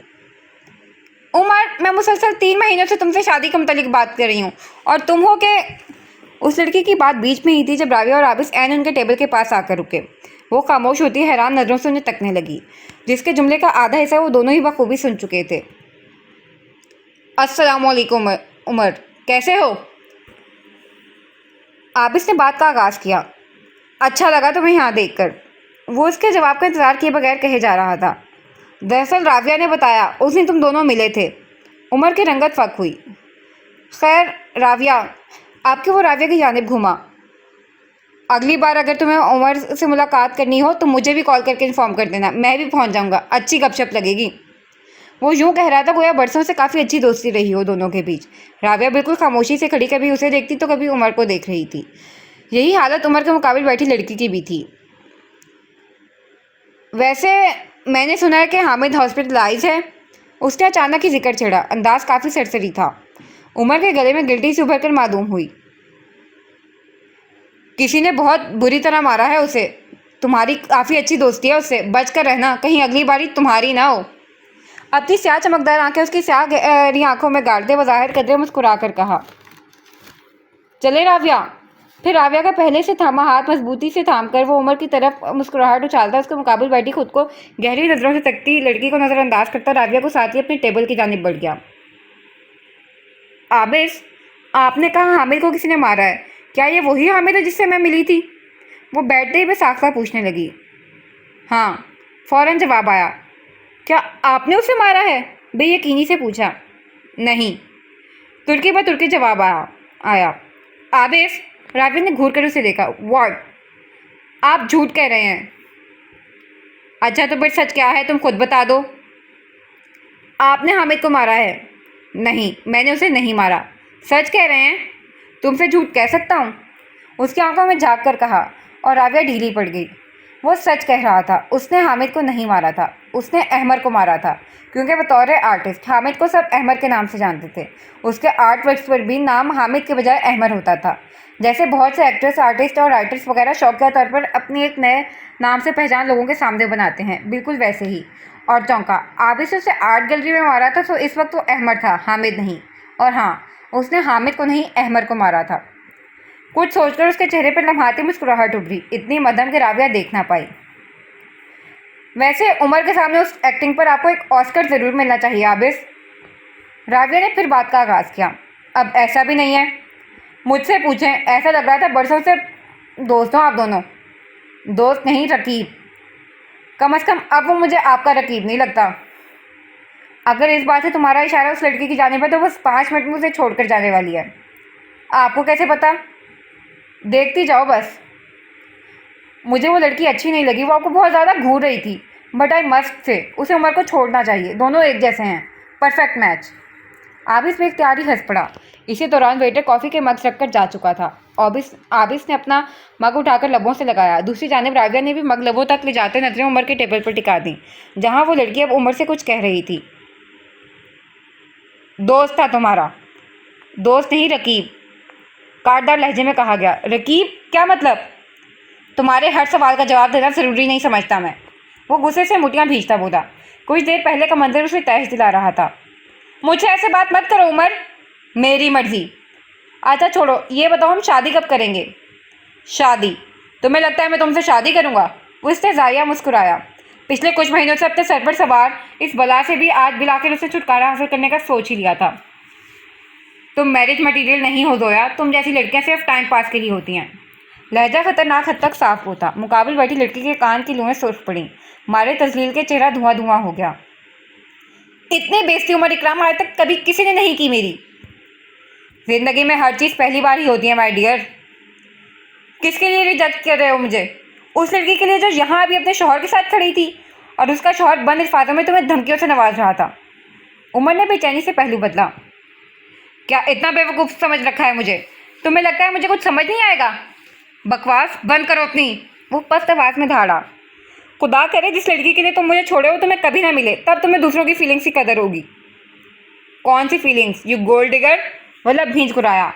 पिछले 3 महीनों से मेरी मराद पर ऐश कर रही हो। तुम्हें लगता है मैं नहीं जानता है कि वक्त में चलने वाले तुम्हारे 10-10 अफेयर्स के बारे में? उनमें से किसके साथ मुखलिस हो बस इतना बता दो। तुम खुद कौन सा दूध के धुले हो उमर? एक नहायत ही जलील और घटिया इंसान हो तुम। कहते साथ वो तेजी से उठ खड़ी हुई। तारीफ का शुक्रिया, अब जाओ, जाकर किसी और को फंसाओ, मेरे मुंह मत लगो। वो लड़की तुम्हें कभी नहीं मिलेगी उमर, कभी भी नहीं, मार्क माई वर्ड्स। सुर्ख पड़ता चेहरा लिए अपने चेयर के नज़दीक नीचे रखे अपनी कीमती हैंडबैग को उठाती आगे बढ़ गई। पीछे उमर ने उसे मुकम्मल नजरअंदाज करते खून आलूद नजरों से राविया और आबिस को साथ बैठे देखा, जबकि दूसरी तरफ राविया उस लड़की को गुस्से में वहां से उठता देख लेने के बाद अब के मुतासिर नजरों से आबिस को देख रही थी। कहा था ना मैंने। आबिस ने कॉफ़ी का घूंट भरते कोया फर्जी कॉलर झाड़े। उसके इस अंदाज पर मुस्कुराकर उसे देखते राविया भी अब कॉफ़ी के छोटे छोटे घूंट भरने लगी थी। दूसरी जानिब उमर का गोया जब जवाब दे गया। वो तेजी से उठा और लंबे लंबे ढक बढ़ता बाहर निकल गया। वसी और इस रकबे पर फैले एक 2 मंजिला मकान पर आज कहर बरसाती रात उतरी थी। मेन गेट धकेल कर अभी भी एक शख्स अंदर दाखिल हुआ था। चाल में लड़खड़ाहट थी और आंखों की साख पर सुर्खी दौड़ रही थी।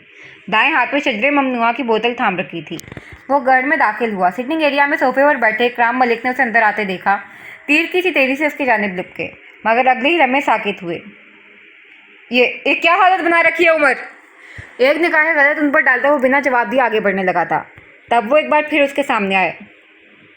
तुमने शराब पी है? वो बेयकीनी से उसके हाथ में मौजूद आधी बोतल खाली बोतल को देखते पूछ रहे थे। पहली बार नहीं पी। लहजा हमवार न सही मगर लड़खड़ाहट से पाक था। क्यों उमर, क्यों अपनी ज़िंदगी बर्बाद कर रहे हो एक हासिल चाय के पीछे? उन्होंने तासुब से कहा। शायद उन्हें वाकई में अपने बेटे की फिक्र लग गई थी। वो कोई शय नहीं है, मोहब्बत है मेरी। वो धाड़ा। आंखों की सुर्खी में मजीद इजाफा हुआ। मोहब्बत मोहब्बत मोहब्बत, तंग आ गए हो तुम्हारी इस मोहब्बत की गर्दान से। पहले तो बहुत कहा करते थे कि उमर इकराम मलिक मोहब्बत के लफ्ज़ से भी नाबल्द है। दोनों हाथ उठाकर उसी के अंदाज में कहा। आप कहाँ गए तुम्हारे सारे दावे? खुद पर भी रहम करो, उस मासूम पर भी जिसकी ज़िंदगी हराम कर रखी है तुमने। मासूम? आज बहुत हमदर्दी नहीं हो रही डैड आपको अपने भतीजी से? जब खुद जायदाद की खातिर मुझे उसके पीछे जाने का कहा करते थे, वो सब भूल गए आपको? उसका लहजा इतना तल्ख था कि इकराम मलिक को तासुफ से आन घिरा। मुझे माफ़ कर दो उमर, जानता हूँ गलत था, मगर बेटे अब मैं मजीद तुम्हें यूँ तकलीफ में नहीं देख सकता। छोड़ दो उसका पीछा, शादी हो चुकी है उसकी, अब खुद भी खुश रहो, उसे भी खुश रहने दो। गोया तड़प कर इल्तजा की थी। आपका ये जज्बाती ड्रामा मुझे बिल्कुल मुतासिर नहीं कर रहा डैड, कहीं और जाकर ट्राई करें। बेतासुर लहजे में कहता है एक बार फिर आगे बढ़ा। तुम उसे हासिल नहीं कर सकते उमर, आप इस उसे किसी कीमत पर नहीं छोड़ेगा। उन्होंने पीछे से हाँक लगाई। उमर के चलते कदम थमे। वो सूरज से पलटा और फिर लड़खड़ाती चाल के साथ छोटे छोटे कदम उठाता उनके ऐन सामने आकर रुका और उनकी आंखों में झांका। जानता हूँ वो उसे नहीं छोड़ने वाला, इसलिए अब मैं राविया को उससे इतना दूर ले जाऊंगा कि आप इसकी परछाई भी उस तक नहीं पहुँचने दूंगा। लहजा बर्फ की मानिक ठंडा था। इकराम मलिक को अपनी रीढ़ की हड्डी में सनसनाहट सी महसूस हुई। क्या क्या करने वाले हो तुम? Just wait and watch dad. वहशत भरी नजरें उनकी आंखों में गाड़े वो पीछे को होता कहका लगाकर हंसा। खोका कहला, शैतानी कहका। थोड़ी देर बाद आप उमर को उसके कमरों में जूतों समेत बेड पर पैर फैलाए आड़ा चिपचा लेटा पाओगे। इस तरह के एक हाथ में थामा फोन उसके कान से लगा था। तस्वीर तुम्हें मिल गई है, काम जल्द जल्द हो जाना चाहिए, जितने पैसे मांगोगे दूंगा। बिना किसी भी तासुब के रोबोटिक अंदाज में कहते फ़ोन काट कर परे धकेला और हाथ बढ़ाकर बेड साइड टेबल पर रखी एक फ़ोटो फ्रेम उठाकर आंखों के सामने की। बहुत जल्द तुमसे मुलाकात होगी दोबारा माय लव।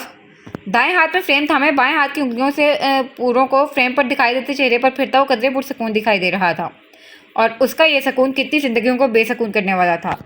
खैर कौन जाने। अब भी कुछ देर हमारी कहानी सुल्तान शहबाज के स्टडी रूम के गेट घूमेगी, जहां इस वक्त 2 नफूस मौजूद हैं। सोफों पर एक दूसरे के मुकाबले बैठे इस तरह के उनके दरमियान शीशे की एक जदीद तर्ज की सेंटर टेबल हाइल है। तो मैं कुछ ज़रूरी बात करनी थी मुझसे। दफतन उमर ने बात का आगाज़ किया, जो एक हाथ के सोफे पर की पश्त पर टिकाया आरामदेह अंदाज में पीछे को होकर पैर पर पैर चढ़ाए बैठा था। आज सुबह से सुल्तान से 10 कॉल्स कर चुका था और नतीजतन इस वक्त उमर उसके घर में मौजूद था। कुछ पता चला है मुझे, कुछ ऐसा जो तुम्हारे लिए जानना बहुत ज़रूरी है। कहते साथ उंगलियों से पेशानी मसली थी, चेहरे पर शदीद परेशान कुन तासुरात थे। क्या? माथे पर बड़ डाले मुख्तसरन पूछा।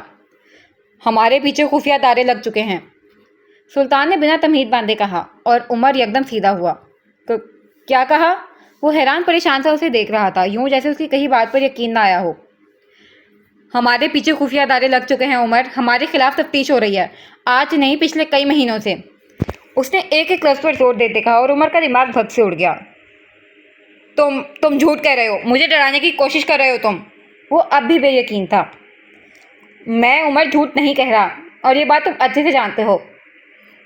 इस साल इलेक्शन कैंपेन में मैं इस कदर मसरूफ़ रहा हूँ कि इन तमाम चीज़ों की तरफ ध्यान ही नहीं दे पाया, मगर मेरे ज़राए से मुझे हाल ही में पता चला है इस मिशन का जो हमारे खिलाफ चल रहा है। एक टीम तश्कील दी गई है जो पिछले कई महीनों से हम पर काम कर रही है। अब तक उन्होंने हमारे मुतालिक बहुत कुछ मालूम कर लिया होगा।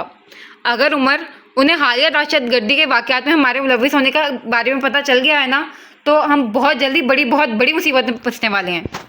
बेचैनी से उसकी पूरी बात सुनता हुआ उसके आखिरी जुमले में अटक सा गया था। कुछ था जो इस लम्हे उसे याद आया था।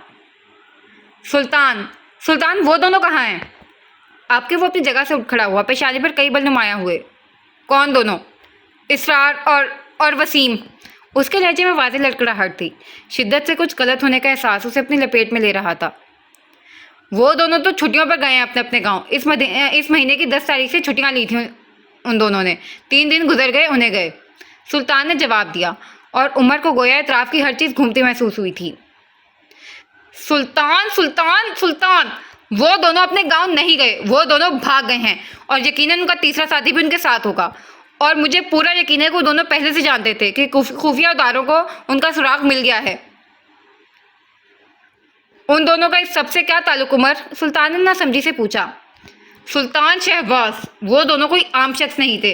वो यहाँ अपने एक तीसरे साथी के साथ आए थे, एंड देवर रॉ एजेंट्स। उमर की आवाज़ कांपी गुस्से से, खौफ से, और सुल्तान को लगा था गोया पूरी छत उसके सर पर आन गिरी हो।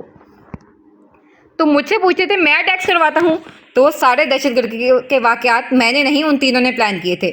यहाँ उन तीनों ने सुल्तान हर शहर में एक स्लीपर सेल ग्रुप बना रखा था, जिसमें शामिल लोगों के जरिए वो तमाम अटैक्स करवा रहे थे।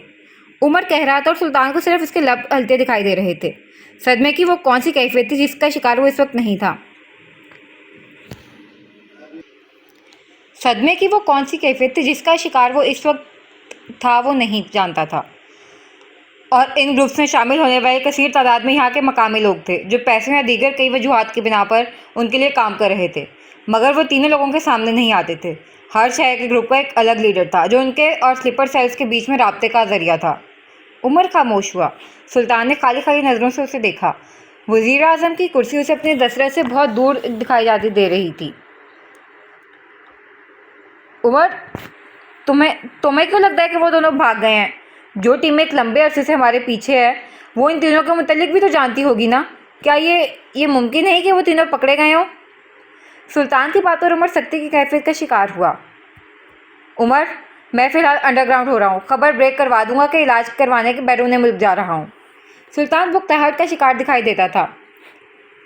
कागजात नामजदगी जमा हो चुके हैं, इलेक्शन करीब हैं, और ऐसी सूरत में तुम मुल्क छोड़कर जाने की बात कर रहे हो? बेफिक्र रहो, हमें कुछ नहीं होगा सुल्तान। बज़ाहिर बेफिक्री से कहा, अलबत्ता आंखों के तासुरात ने चेहरे के तासुरात का साथ ना दिया। तुम्हें हमें कुछ नहीं होगा वाला एटीट्यूड किसी दिन हमें बुरी तरह डुबा देगा उमर। सुल्तान की बातों और उमर के गले में गिट्टी सी उभर कर मालूम हुई। कुछ नहीं होगा सुल्तान, मुझे बताओ उनका सरबराह कौन है? इस टीम को लीड कौन कर रहा है? बेरबत जुमले अदा किए। एक मेजर है, नाम हाँ आबिस हैदर अली। उस लम्हे सोच कर कहते सुल्तान को अंदाज़ा ना था कि वो एक नामुमर के पैरों तले से ज़मीन खिसका गया है। आबिस, मेजर आबिस हैदर अली। एक बार फिर से? वो बेख्तियार ही 2 कदम पीछे हटा। नहीं, नहीं। इश्तियाल की वो कौन सी लहर थी जो इस लम्हे उसके अंदर उठी थी, वो नहीं जानता था। Abis Haider Ali, not again, not again Abis. उसने बिना सोचे समझे सेंट्रल टेबल के वस्त में पड़े गुलदान को हाथ मारकर ज़मीन बोझ किया। Not again Abis. एक जोरदार लात सेंट्रल टेबल पर रसीद की। मर क्यों नहीं जाते तुम? नोचने के से अंदाज में गली से टाई खींची और कोट उतारकर सोफे पर फेंका। नॉट अगेन आबिस, इस बार नहीं, तुम्हें कामयाब नहीं होने दूंगा मैं। एक और लात सेंटर टेबल पर रसीद की। सुल्तान मुकम्मल खामोशी से बैठा उसे ये सब करता देख रहा था। जानते हो तुम उस शख्स को? बेतासुर लहजे में गोया हुआ।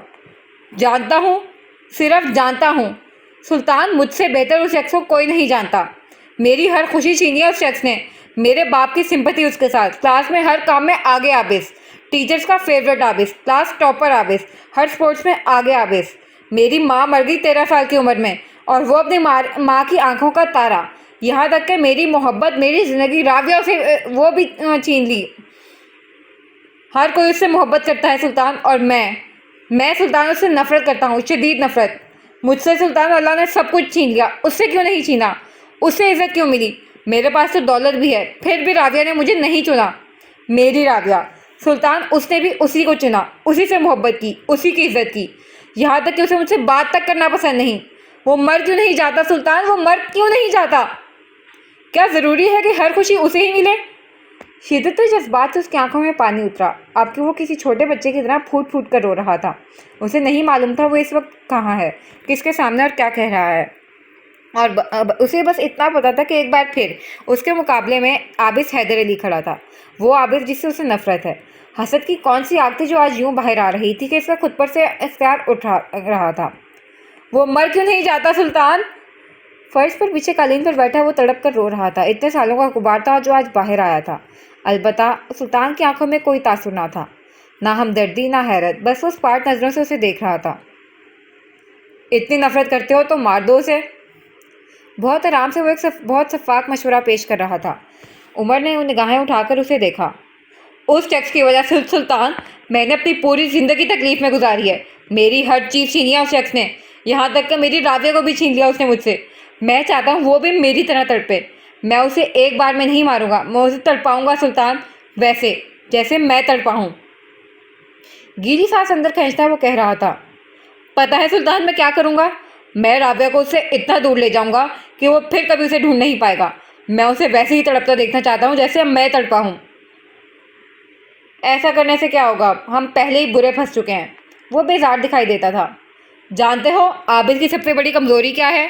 वो कौन है जिसको तकलीफ़ में देखकर आबिद का खुद पर से इख्तियार उठ जाता है? वो जिसको तकलीफ़ में देखकर आबिद वो कदम उठाता है जो वो मर भी जाए तो ना उठाए। जानते हो वो कौन है? वो बेदर्दी से अपना आंसू रगड़ता खड़ा हुआ, आंखों में चमक सी इधर आई थी। वो राविया शाहनवाज मलिक है सुल्तान। उसे पहुंचने वाली तकलीफ़ आबिद से वो काम करवाती है जो वो मर भी जाए तो ना करे। और अब मैं एक तीर से 2 शिकार करूंगा। तुम बस देखते जाओ सुल्तान, बस देखते जाओ। उसकी गहरी सी आंखों में एक बार फिर फतह की उम्मीद लौट आई थी। अपने पहले से तैयार किए के प्लान के ढांचे में अब उसे थोड़ी सी रद्दो बदल करके अगला पत्ता फेंकना था। हाल को कुछ पल यहीं रोककर हम अगर 3 दिन पहले की उस तारीख में वापस लौटें जब राना फवाद के घर के लॉन में एहतशाम और फिजा की मंगनी की तकरीब चल रही थी। वहीं उससे कई मील दूर मारफोर्स की टीम अपने शिकार की तलाश में निकल चुकी थी। इस वक्त वो लोग 2 टीम्स में बंटकर काम कर रहे थे। एक टीम जिसको BR यानी मेजर आबिस लीड कर रहा था अफ़गान बॉर्डर पर, जबकि दूसरी टीम जिसे फरात लीड कर रहा था ईरान बॉर्डर पर जा चुकी थी, क्योंकि उनकी इत्तला के मुताबिक कल की रात सुनील के मिलने ना आने पर शदीद उलझन और खदशात का शिकार अर्जुन अफ़गान बॉर्डर से जबकि आकाश ईरान बॉर्डर से आज की रात भागने वाले थे। दोनों बॉर्डर्स पर उतरने वाली सुनसान रात में 2 टीम्स में बटे मारफोर्स अपने बिल से बाहर निकले 2 सांपों के पीछे थे। और फिर गहरे स्याह पानियों में पड़ते चांद के अक्स ने, आसमान पर फैले स्याह बादलों ने, ज़मीन पर उतरती स्याह तारीक रात ने देखा कि मारफोर्स के कदमों की छाप ने उस ज़मीन पर फतह का आलम बुलंद कर दिया है। उनके कई महीनों की मेहनत बल आखिर रंग ले आई है। मारफोर्स ने बिल आखिर उन 2 सांपों का शिकार कर लिया है जो इनकी पाक सरजमीन पर अपना जहर फैलाने वारिद हुए थे। एक बार फिर हाट पर लौटने पर हम देखेंगे कि हमारी कहानी एक नए दिन का सूरज तुलू हुआ है। उस नए दिन की रोशनी हमारे सामने एक मंजर सा उभार रही है। एक कमरे का मंजर, जहाँ सारी रात चलते एसी की कूलिंग से माहौल खुनक है। खिड़कियों के पर्दे गिरे होने के बायस कमरा तारीक है। कमरे के वस्त में बेड पर जूतों समेत एक वजूद ऊँधा लेटा है, रात वाले ही लिबास में मलबूस, ऐसे कि उसका एक बाजू नीचे झूल रहा है। आंखों के पपोटे सूजे हुए हैं और बाल माथे पर बिखरे हैं, ऐसे कि बालों ने पेशानी को ढांप रखा है। रात एक बार फिर वो नशे की हालत में घर लौटा था, इसलिए दिन चढ़े तक बेसूध पड़ा था। दफातन बेड पर कहीं पड़े उसके फ़ोन की वाइब्रेशन नुमा आवाज़ उभरी और फिर काफ़ी देर तक वो फ़ोन बजता रहा, मगर उस मुजस्मे में कोई हरकत ना हुई। होशो गिरत से बेगाना वो यूं ही पड़ा रहा, मगर फ़ोन करने वाले ने भी गोया मुकाबिल के फ़ोन ना उठाने तक हिम्मत ना हारने की कसम खा रखी थी। काफ़ी देर गुजरी, फ़ोन बज बज के बंद होता, फिर नए सिरे से बजने लगता। बिल आखिर उमर के वजूद में जंबिश हुई। पर मुश्किल मंदी मंदी से आंखें खोलते उसने यहाँ वहाँ हाथ मारकर अपना फ़ोन बरामद करते बिना देखे रिसीव करके कान से लगाया। पर फ़ोन पर दूसरी तरफ से जो कहा गया उसकी आंखें मुकम्मल खोलने के लिए काफ़ी था। वो तेज़ी से उठ बैठा और खड़े होते सामने दीवार में नस्ब एलईडी स्क्रीन का रिमोट उठाते एलईडी ऑन की। कुछ पल बाद एक खबर थी जो उसकी आंखें देख रही थी और हैरत की ज़्यादती से फैलती जा रही थी। ताज़ा तरीन इत्तला से आपको आगाह करते चले कि खुफिया इदारों के कामयाब ऑपरेशन के बाद कराची से 3 एजेंट्स की गिरफ्तारी अमल में आई है। अपने नापाक अज़ाइम के साथ मुल्क की सरजमीन पर कदम रखने वाले वो तीनों अफराद एक लंबे अरसे से यहाँ मुकीम थे और दहशत गर्दी के कई वाक़यात में मुलव्विस भी। अर्जुन कुमार उर्फ वसीम अहसन, सुनील उर्फ यासिर कासिम और आकाश उर्फ इसरार। आपके तीनों की तस्वीर बारी बारी स्क्रीन पर दिखाई जा रही थी। दूसरी और सबसे अहम इत्तला के मुताबिक सुनील उर्फ यासिर कासिम एक ऑटोमोबाइल वर्कशॉप पर काम करता था, जबकि अर्जुन कुमार उर्फ वसीम अहसन और आकाश उर्फ असरार अपोजिशन लीडर सुल्तान शहबाज के खास मुलाजिम थे। उनकी गिरफ्तारी के बाद सुल्तान शहबाज की तरफ से मौसूल होने वाले ट्वीट में उन्होंने उस बात की तरदीद करते हुए कहा कि वो उनके असल से नावाकिफ़ थे, मगर इस पूरे वाक़यात के बाद अपोजिशन लीडर सुल्तान शहबाज खतरे में आ गए हैं, क्योंकि अदालत उनके खिलाफ 3 रुकनी कमेटी कायम कर दी है, जो सुल्तान के इस मामले में मुलव्विस होने या ना होने का तफसीली जायजा लेगी। मजीद आपको बताते चलें कि सुल्तान शहबाज के कागजात नामजदगी भी मंसूख कर दिए गए हैं और अगले माह होने वाले इंतखाबात में वो हिस्सा नहीं ले पाएंगे। इस वाक़े से मुतल्लिक दीगर बड़े नामों की भी जल्द सामने आने की इत्तला दी जा रही है। आपके एलईडी स्क्रीन पर लगे न्यूज़ चैनल पर एक कमर्शियल ब्रेक दिखाया जा रहा था, मगर शायद सुर्खी में हनूज वही खबर चल रही थी और उमर को अपना दिमाग साएं साएं करता महसूस हो रहा था। इसी अवस्था में मोबाइल वाइब्रेशन को महसूस करते हुए फिर बेड तक आया, मगर स्क्रीन पर चमकते नाम को देखकर कॉल काट दी और मोबाइल साइलेंट पर कर दिया। उस टैक्सी कॉल अब उसने ना उठानी भी ना थी। दूसरी जानिब आपके वो बेड साइड टेबल पर पड़े अपने दूसरे फ़ोन की तरफ आया था। उस पर एक नंबर डायल करते कान से लगाया और चंद हिदायत देकर फ़ोन ऑफ कर दिया। फिलहाल इसे सिर्फ खुद को बचाना था और इसके लिए इसका प्लान तैयार खड़ा था। बेड पर पड़े फ़ोन की स्क्रीन पर सुल्तान कॉलिंग के अल्फाज हनूज जगमगा रहे थे। इस लम्हे जब उमर अपने कमरे में परेशान सा कॉल खत्म करके पलटा, वहीं उससे कहीं मील दूर स्याह सफ़ेद रू हाउस में राविया का फ़ोन बज उठा। किचन कैबिनेट से कुछ निकालती राविया रुककर पलटी और काउंटर की तरफ आई, जहाँ एक अनजान नंबर से आने वाली कॉल किया उसकी मुंतज़र थी। तस्मीना और फरवा इस वक्त पड़ोस में किसी की आदत के लिए गई थी, सो वो घर में अकेली थी। कुछ सोचकर उसने कॉल रिसीव करके कान से लगाई, जहां दूसरी जानिब से किसी मर्द की गैर शनासा सी आवाज़ उभरी और जो अल्फाज दूसरी तरफ से कहे गए थे, उसके बाद वो बिना कुछ सोचे समझे अगले ही पल शदीद परेशानी की कैफियत में घर से बाहर निकलती दिखाई दी थी। थोड़ी देर गुजरी जब वो अपने मतलूबा पते पर पहुंची थी, शहर के पुराने कब्रिस्तान के साथ जाती सड़क पर वाक़ एक अस्पताल, जहाँ उसे मिलने वाली इत्तला के मुताबिक आबिस को लाया गया था। वजह उसका थोड़ी देर पहले होने वाला एक्सीडेंट था, मगर यहाँ पहुंचकर जो चीज़ इसे मालूम हुई, इसे अपने इतराफ़ में खतरे के अलार्म से बचते महसूस हुए। शहर की इस सड़क पर सिरे से कोई अस्पताल था ही नहीं और अब यहाँ इस सुनसान सड़क पर किसी मदद की तलाश में रुके बिना वो तेज़ कदम उठा रही थी। जहन ने काम करना शुरू किया तो इसे शिद्दत से एहसास हुआ कि उसे मिलने वाली कॉल किसी साजिश का हिस्सा थी। अगर आबिस का एक्सीडेंट हो भी गया था तो उस टैक्सी के पास राविया का फ़ोन नंबर क्यों कर था? आबिस के फ़ोन से नंबर लेने का सवाल ही पैदा नहीं होता, क्योंकि उस पर हमा वक्त पासवर्ड लगा रहता है। और फिर सिर्फ राबिया का नंबर ही क्यों? फ़ोन में तो न जाने कितने कॉन्टैक्ट्स होंगे। इस पर उसे याद आया कुछ बहुत अहम, वो गुफ्तगू जो आज सुबह आबिस और इसके बीच हुई थी। अलमारी के पट खोले अंदर बने लॉकर में कुछ तलाश करता वो कहीं जाने के लिए तैयार दिखाई दे रहा था। साथ ही साथ बेड की चादर रूस करती राबिया को हिदायत जारी करना नहीं भूला था, जबकि बेध्यानी में उसकी बातें सुन रही थी। राबिया, कुछ दिनों तक बेवजह घर से बाहर निकलने से परहेज़ करना, बल्कि कोशिश करो कुछ दिनों तक घर में ही रहो। फरवा और मम्मी को भी कह दिया है मैंने, तुम भी ख्याल रखना। अपने काम में मसरूफ़ वो तेज़ तेज़ बोल रहा था। क्यों? राबिया की अजीब तफ्तीश की आदत। जितना कहा है उतना करो राबिया, हर बार सवाल करना ज़रूरी नहीं होता। अपनी मतलूबा शय लॉकर से निकालता वो पीछे को और अलमारी के पट बंद करता उसकी जानिब घुमा जो मुंह बनाए उसे देख रही थी। अपने आसपास कुछ भी मशकूक लगे मुझे इन्फॉर्म करना, और फिर कह रहा हूँ घर से बाहर मत निकलना। उसके तासुरात को नज़रअंदाज करता वो कहकर दरवाजे की जानिब बढ़ गया। पीछे राबिया ने खुशमगीन निगाहों से उसकी पश्त को घूरा था। रोड पर तेज से चलती वो किसी ख्याल से चौंकी। आबिस ने उसे ऐसा करने का क्यों कहा था वो नहीं जानती थी, मगर इस समय उसे शिद्दत से इस चीज़ का एहसास हो रहा था कि उसने जिस खतरे की वजह से उसे घर से निकलने से रोका था वो उस खतरे का शिकार हो चुकी है। एक ख्याल बिजली की कुंदी की तरह जहन में लिपका। पेशानी पर नमूदार हुए पसीने के नन्हे कतरे साफ करते हुए जल्दी जल्दी हाथ में पकड़े फ़ोन पर आबिस का नंबर मिलाने लगी थी, मगर शायद आज किस्मत को कुछ और ही मंजूर था, क्योंकि आबिस का फ़ोन मुसलसल आउट ऑफ रीच जा रहा था। इस रोड पर वो 10 मिनट पहले पहुंची थी और ये 10 मिनट इस पर बहुत भारी गुजरे थे। जहन माउफ हो रहा था, उसे नहीं पता था कि उसे क्या करना चाहिए। उसने फिर कदम आगे की जानिब बढ़ाए और इसी लम्हे एक स्याह वैन उसके सामने आकर रुकी थी। इस तरह के उसके आगे जाने का रास्ता मुकम्मल बंद हो चुका था। एक अनजाने से खौफ ने उसे अपनी लपेट में लिया, ऐसा कि उसे अपना सांस तक रुकता महसूस हुआ। अगर इस वाक़े से कुछ पल पीछे जाएं, जब राबिया यहाँ इस रोड पर पहुंची तो उससे कई मील दूर अपने रूम में ड्रेसिंग मिरर के सामने खड़े कहीं जाने के लिए तैयार हुए उमर इकराम ने नज़दीक रखे फ़ोन को उठाकर एक नंबर डायल करते इसे दोबारा नीचे रखकर स्पीकर ऑन किया। Hello dear class fellow. Phone receive होने का सिग्नल मिलते ही उसने कफलिंग्स लगाते हुए खुशगवारियत से बात का आगाज़ किया। किस लिए फ़ोन किया है? स्पीकर पर राबिया का संजीदा लहजा गोया हुआ। कम अज़ कम तुम्हारे लिए नहीं किया क्लास फेलो, पूछना यह था कि तुम्हारी बीवी कैसी है। कफलिंग्स लगाकर टाई दुरुस्त करते करीबी एक स्टैंड पर लटका अपना कोट उठाया। तुम्हें इस बात से गर्ज नहीं होनी चाहिए उमर, वो जहाँ है ठीक है। लहजा सर्द था। क्या वाकई वो जहाँ है वहाँ ठीक है? तंज में डूबा जुमला अदा करते कोट पहना और वो जानता था कि अपने सवाल से मुकाबिल को एक शौक दे चुका है। क्या मतलब है तुम्हारा?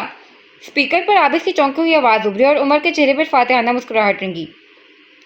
तुम्हारी बीवी इस वक्त एलिफ्टन स्ट्रीट पर मौजूद है आबिस, जहाँ से ठीक 10 मिनट बाद वो अगवा होने वाली है। बचा सकते हो तो बचा लो। कोट पहनकर अब टाइपिंग लगाई थी। तुम झूठ कह रहे हो उमर। स्पीकर पर उभरती आबिस की आवाज़ में डर आया बदलाव उमर से मख्फी न रह सका। उसके लब बेसाख्ता मुस्कुराहट में ढले थे। क्या मुझ पर शक करना जितना वक्त है तुम्हारे पास आबिस? तंजिया लहजे में पूछा।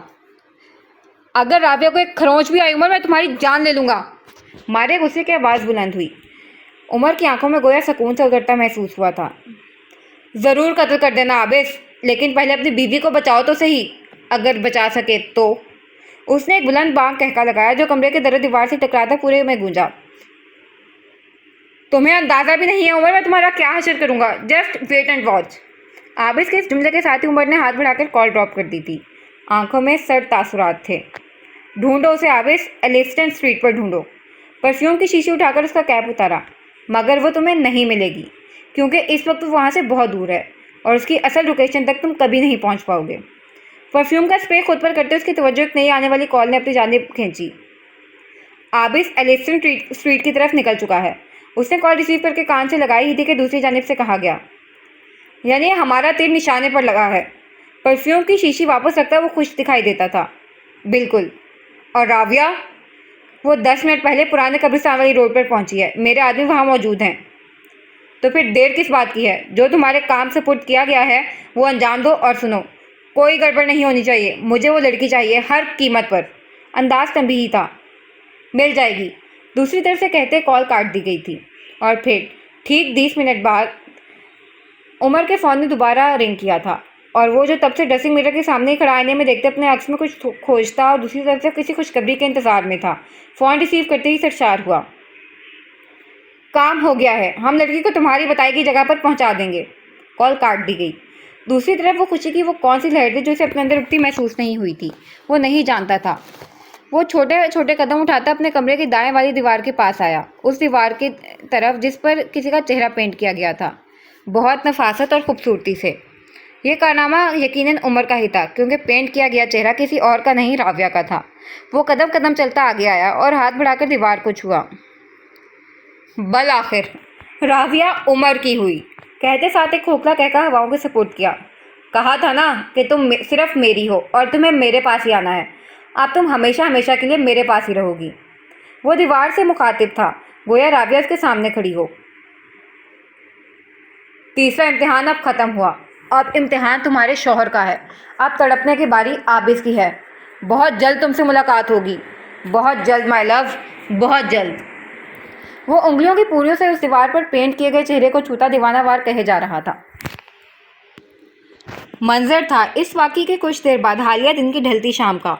सिटिंग रूम में लगे 2 सीटर सोफे की पश्त पर सर टिकाए वो छत पर लगे फानूस को देखने में महफ था, जिसमें जलती सफ़ेद रोशनी ने एक मंजर सा उसके गिर्द उभारा था। इतराफ़ का मंजर बदलने लगा। इस सिटिंग रूम की सफ़ेद रोशनी दीवारें कहीं तहलील हो गए। एक दूसरा मंजर था जो इस मंदिर को कहीं छुपा सा गया था। मंजर था 5 साल पहले का, जहाँ 25 साल उम्र आज अरसे बाद इकराम मलिक के बेहद इसरार पर किसी करीबी रिश्तेदार की शादी में उनके साथ मौजूद था। रॉयल ब्लू टक्सिडो में क्लीन शेव्ड चेहरा और पुरकशिश नकूश, कलाई में ब्रांडेड घड़ी, कीमती कफलिंग्स, जेल से पीछे की जानिब सट किए बाल और मकनातीसी शख्सियत लिए वो वहाँ बहुत सी लड़कियों की नज़रों का महवर बना हुआ था। मेहमानों के लिए सोफों पर इकराम मलिक के साथ पैर पर पैर जमाए बैठा लड़कियों की खुद पर जमी नज़रों के बायस अपनी खुश शक्ली पर मगरूर होता वो सूरत से हर एक को नज़रअंदाज कर रहा था। एन इसी लम्हे एंट्रेंस पर कोई नमूदार हुआ था। स्याह हल्के काम वाली लंबी कमीज पर स्याही ट्राउजर जेबतन किए दुपट्टे को खोलकर एक कंधे पर फैलाए बारीक हील से पुरएतमाद चाल चलती लड़की, जिसने बीच की मांग निकालकर बालों को खुला छोड़ रखा था। मेकअप के नाम पर सुर्ख लिपस्टिक और आंखों में गहरा काजल था, जिसके बायस इसकी गहरी भूरी आंखें मजीद पुरकशिश लग रही थी। शाहनवाज मलिक और सनम के साथ अंदर दाखिल हुई थी। वो मुख्तलिफ थी, हर एक से मुख्तलिफ, और ये बात उसके अंदर आने से लेकर शाहनवाज मलिक और सनम के साथ उनके सोफे के नज़दीक उसके आकर रुकने और इकराम मलिक को सलाम करने तक उमर की उस पर जमी नज़रों ने कबूल की थी। वो इकराम मलिक को सलाम करके पलटने लगी थी और उमर के दिल ने बेख्तियार ख्वाहिश की थी कि वो इससे बात करे। राविया बेटा, उमर। शाहनवाज मलिक ने ऐन उसी पर उसकी तवज्जो उमर की जानिब दिलवाई, जिसके बारे में वो भी जानते थे कि राविया ने जानकर उसे नज़रअंदाज किया। अस्सलाम वालेकुम, मुरव्वतन कहती वो उमर के जवाब का इंतज़ार किए बिना पलट गई और इसके यूं नज़रअंदाज करने पर उमर खून के घूंट भर कर रह गया। वो जितना उसके पीछे भागता था वो इतना ही उससे दूर हो जाती थी, और ये सिलसिला पिछले कई सालों से रवा था, तब से जब से इसके बाप और ताया की बातचीत दोबारा बहाल हुई थी। पहली वजह आबिस था, मगर पिछले 3 सालों से तो इसके ना होने के बावजूद भी उमर उस तक रसाई हासिल नहीं कर पाया था। दूसरी लड़कियां इसकी तवज्जो हासिल करने के लिए न जाने क्या क्या करती थीं, और वो जिसकी तवज्जो हासिल करना चाहता था वो इसकी तरह नज़र भर कर भी नहीं देखती थी। हर मुलाकात पर वो इसे नए सिरे से नज़रअंदाज करती। हर मुलाकात पर इसे हासिल करने की ख्वाहिश उमर के अंदर नए सिरे से जन्म लेती। शाहनवाज मलिक और सनम उनके साथ ही बैठे थे, मगर वो वहाँ नहीं ठहरी थी, जिसकी एक बड़ी वजह वहाँ उमर का वहाँ होना था। वो दूर खड़ी अपने किसी रिश्तेदार खातून से महवे गुफ्तगू थी और उमर की निगाहें उसके चेहरे का तवाफ कर रही थीं। वो उसे पसंद थी क्योंकि वो खूबसूरत थी, और उसे हासिल करना चाहता था क्योंकि वो आबिद से उसे छीनना चाहता था। इस समय उसे राबिया से कोई तूफानी किस्म की मोहब्बत ना थी, बस वो उसके लिए एक ऐसा शिकार थी जिससे वो आबिद को नीचा दिखा सकता था। इतना उसे इल्म था कि आबिद और राबिया की दोस्ती पहले जैसी नहीं रही, जिसके बायस उसे लगता था कि अब राबिया तक रसाई आसान है। मगर राबिया ने खुद को एक ऐसे खोल में बंद कर रखा था कि उमर इकराम की लाख कोशिशें भी इस खोल को तोड़ने में नाकाम रहीं। Hello dear cousin. वो अभी उस खातून से बात करके पलटी ही थी जब नज़दीक से उसकी आवाज़ सुनाई दी। हेलो। मस्तूरी मुस्कुराहट के साथ जवाब देती वो इसके एक तरफ से निकलना चाहती थी, मगर उसका इरादा भांप कर उमर मजीद फैल कर खड़ा हुआ। राबिया ने मुंह बसूरा। कैसी हो? दोबारा बात का आगाज़ किया। तुमसे बात करने से पहले तक ठीक ठीक थी, अब का नहीं पता। वही बेजार लहजा उमर के माथे पर बल पड़े। तुम्हें मुझसे बात करना क्यों नहीं पसंद, जबकि मुझे सिर्फ तुमसे बात करना पसंद है? ओह, फिर तो यकीनन जिन लड़कियों के साथ तुम मुख्तलिफ रेस्टोरेंट्स में पाए जाते हो उनके चेहरों में तुम्हें मेरी शक्ल दिखाई देती होगी। बहुत ताक कर निशाना लगाया गया था। पल भर को उमर सटपटाया। ऐसी ऐसी कोई बात नहीं है। चेहरे पर हाथ फेरते खुद को नॉर्मल जाहिर करने की नाकाम कोशिश की। फिर शायद तुम्हें अपनी बेइज्जती करवाने का बहुत शौक है उमर, वरना मैंने आज तक तुमसे कभी कोई ऐसी बात नहीं की कि तुम्हारे दिल में मुझसे बात करने की ख्वाहिश पैदा हो। स्पॉट्स अंदाज में तंज का तीर चलाया। सही बात है राबिया, तुम्हें तो वैसे भी सिर्फ आबिद से बात करना पसंद होगा ना? वैसे बात तो होती रहती होगी उससे, नहीं? आपकी बार उमर के जवाबी वार पर राबिया का दिल डूब कर उभरा, मगर बज़ाहिर संजीदा तासुरात कायम रखे। जाहिर सी बात है उमर, उनसे बात नहीं करूँगी तो और किससे करूँगी? आबिद और मेरी उम्र सेम है राबिया, फिर सिर्फ आबिद के लिए आप इस्तेमाल करना और मुझे तुम कहना तुम्हें अजीब नहीं लगता? मेरा एक असूल है उमर, इज़्ज़त करो तो इज़्ज़त मिलेगी। और तुम, जोर दिया, मेरे इस असूल पर पूरे नहीं उतरते। उसकी आंखों में झांकते हुए कहा था। क्या तुम अब तक मुझसे सीढ़ियों से धक्का देने वाली बात पर खफा हो? कम ऑन राविया, सालों गुजर चुके हैं इस बात को। उसने गुफ्तगू को मजाक कर रोक देना चाहा। खफा उससे हुआ जाता है उमर जिसकी हमारी ज़िंदगी में कोई वैल्यू हो, and I am sorry to say, पर तुम्हारी मेरी नज़र में या मेरी ज़िंदगी में कोई अहमियत नहीं। उमर को सख्ते के आलम में छोड़कर वो दूसरी जानिब घूमकर आगे कदम बढ़ा गई थी। तुम्हारे इस गुरूर को राविया शाहनवाज मैंने पाश पाश ना किया तो मेरा नाम भी उमर इकराम मलिक नहीं। मुठियाँ भींचते चबा चबा कर कहता वो बाहर की तरफ बढ़ गया। दूर सोफे पर बैठे इकराम मलिक उसे गुस्से से सुर्ख पड़ता देख उसके पीछे आए थे। क्या हुआ है उमर?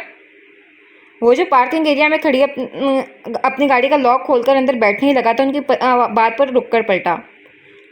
आपकी भतीजी डैड, उसके होते हुए कुछ अच्छा हो सकता है? वो गुस्से से धाड़ा। अब क्या कर दिया उसने? क्या नहीं किया उसने डैड? वो मुझे ऐसे ट्रीट कर दिया जैसे मैं कोई गली का कुत्ता हूँ जो उसके पीछे पड़ा हूँ। माफ़ करना उमर, तुम्हारी हरकतें भी कुछ ऐसी ही हैं। उनके चेहरे पर नमूदार होती मुस्कुराहट उसे मजीद आग लगा गई। आपसे बात करना ही फजूल है, तड़क कर कहते हुए फिर गाड़ी की जानिब मुड़ा। अच्छा सॉरी, ये तो बताओ क्या चाहते हो? बीसियों फेयर्स भुगता चुके हो तुम अब तक, मगर किसी लड़के के पीछे इतना ख्वार होते नहीं देखा। कहीं मोहब्बत तो नहीं होगी उससे? इकराम मलिक कहते हुए आगे आए थे, इसके और गाड़ी के बीच आए हुए। मोहब्बत? सीरियसली डैड, आपको लगता है कि मुझे मोहब्बत हो सकती है? बस उसे हासिल करना चाहता हूँ और उसकी अकड़ तोड़ना चाहता हूँ। जिद है वो मेरी, मोहब्बत के लफ्ज़ से भी नाबल्द हूँ मैं। बिगड़ कर बोला। ठीक है, कर लो हासिल, मगर अभी नहीं, पढ़ाई पूरे होने दो। मैं खुद भाईजान से बात करूँगा। फ़िलहाल तो साफ इनकार मिलेगा। उनकी लाडली और उनकी जायदाद की इकलौती वारिस भी। मैं बात करूँगा उनसे। तुम्हारी उसे हासिल करने की ख्वाहिश भी पूरी हो जाएगी और मेरी भाईजान की जायदाद हासिल करने की ख्वाहिश भी। उन्होंने कहते हुए मुस्कुराकर चमकती आंखों से उसे देखा। अब पता चला मैं किस पर गया हूँ डैड। वो कमीनगी से मुस्कुराया। उमर ने आंखें खोली। इतराफ़ का मंजर तब्दील हुआ। उसने एक बार फिर से खुद को अपने घर के सिटिंग रूम में पाया। आंखें हनूस फानूस पर जमी थीं। तुमसे राविया शाहनवाज मुझे मोहब्बत कब हुई नहीं जानता। शायद ये ख्वारी मेरे मुकद्दर में लिखी थी, मगर अब और नहीं। अब तुम सिर्फ मेरी हो, सिर्फ मेरी। वो इसे राविया शाहनवाज कह रहा था। वो अब भी उसके लिए राविया शाहनवाज थी। अपने ख्यालों में गुम वो यूं ही बैठा रहता कि नज़दीक पड़े फ़ोन ने रिंग ना किया होता। उसने फ़ोन उठाकर कॉल रिसीव करते कान से लगाया। दूसरी जानिब से चंद अल्फाज कहे गए थे। हाँ, मैं निकलने लगा हूँ, जवाबन वो बोला। दूसरी तरफ से फिर कुछ कहा गया। अब तो उसके माथे पर बल पड़े। क्यों नहीं जा सकता इस वक्त मैं लाहौर? मौसम की खराबी के बायस रास्ते बंद कर दिए गए हैं और सारी फ़्लाइट्स भी कैंसिल हो गई हैं, सो आज सफ़र करना मुश्किल होगा। अचानक से लाहौर के मौसम को क्या हो गया? कल तक तो ठीक था। मालूम नहीं, मौसम हमारे यहाँ पहुँचने के बाद ख़राब हुआ है। न्यूज़ चैनल पर भी दिखाई जा रहा है। और ये मौसम मज़ीद कितने दिन ख़राब रहना है? Don't know. ठीक है, फिर जब तक मैं नहीं पहुंच रहा उसका ख्याल रखना। और हाँ, वो भागने की कोशिश ज़रूर करेगी, तो कोई भी चूक तुम्हारी तरफ से नहीं होनी चाहिए। मज़ीद किसी को भी अगर इस बारे में मालूम हुआ तो वो इस दुनिया में तुम्हारा आखिरी दिन होगा। खटाक से कहते फ़ोन बंद कर दिया। उसका मूड ख़राब हो चुका था। वो जितनी जल्दी लाहौर पहुंचना चाहता था उतनी ही देर से उसे वहां पहुंचने में लग रही थी। एंड उसी लम्हे उसके मुलाजिम ने आकर एक इत्तला उस तक पहुँचाई जो इसकी सारी कल्फत भगा कर ले गई। उसके लब मुस्कुराए। फातिहाना चमक आंखों में दर आई, क्योंकि इत्तला के मुताबिक आबिस हैदरविल उसके गेट पर खड़ा अंदर आने के लिए बेचैन था। गार्ड से कहो उसे थोड़ी देर बाहर ही खड़ा रखें। जब वो आउट ऑफ कंट्रोल हो गेट खोल देना। उसकी हिदायत पर मुलाजिम ने हैरत से उसे देखा, फिर से हिलाकर चला गया। जब पीछे अपनी जगह से खड़ा होता सिटिंग रूम की खिड़की तक आया, दाएं हटाकर बाहर झांका, जहां गेट के पार उसे आबिस अपने गार्ड से उलझता दिखाई दे रहा था। उसके अंदर तक जैसे सुकून उतर गया। वो मुसलसल कुछ ऊंचा ऊंचा बोल रहा था और उसके गार्ड्स नफी में सर हिला रहे थे। आबिस परेशान दिखाई देता था। माथे पर अनगिनत बल थे। आंखों में मारे गुस्से की सुर्खी दौड़ रही थी और उसकी ये कैफियत मुकाबिल को सरशारी बख्श रही थी।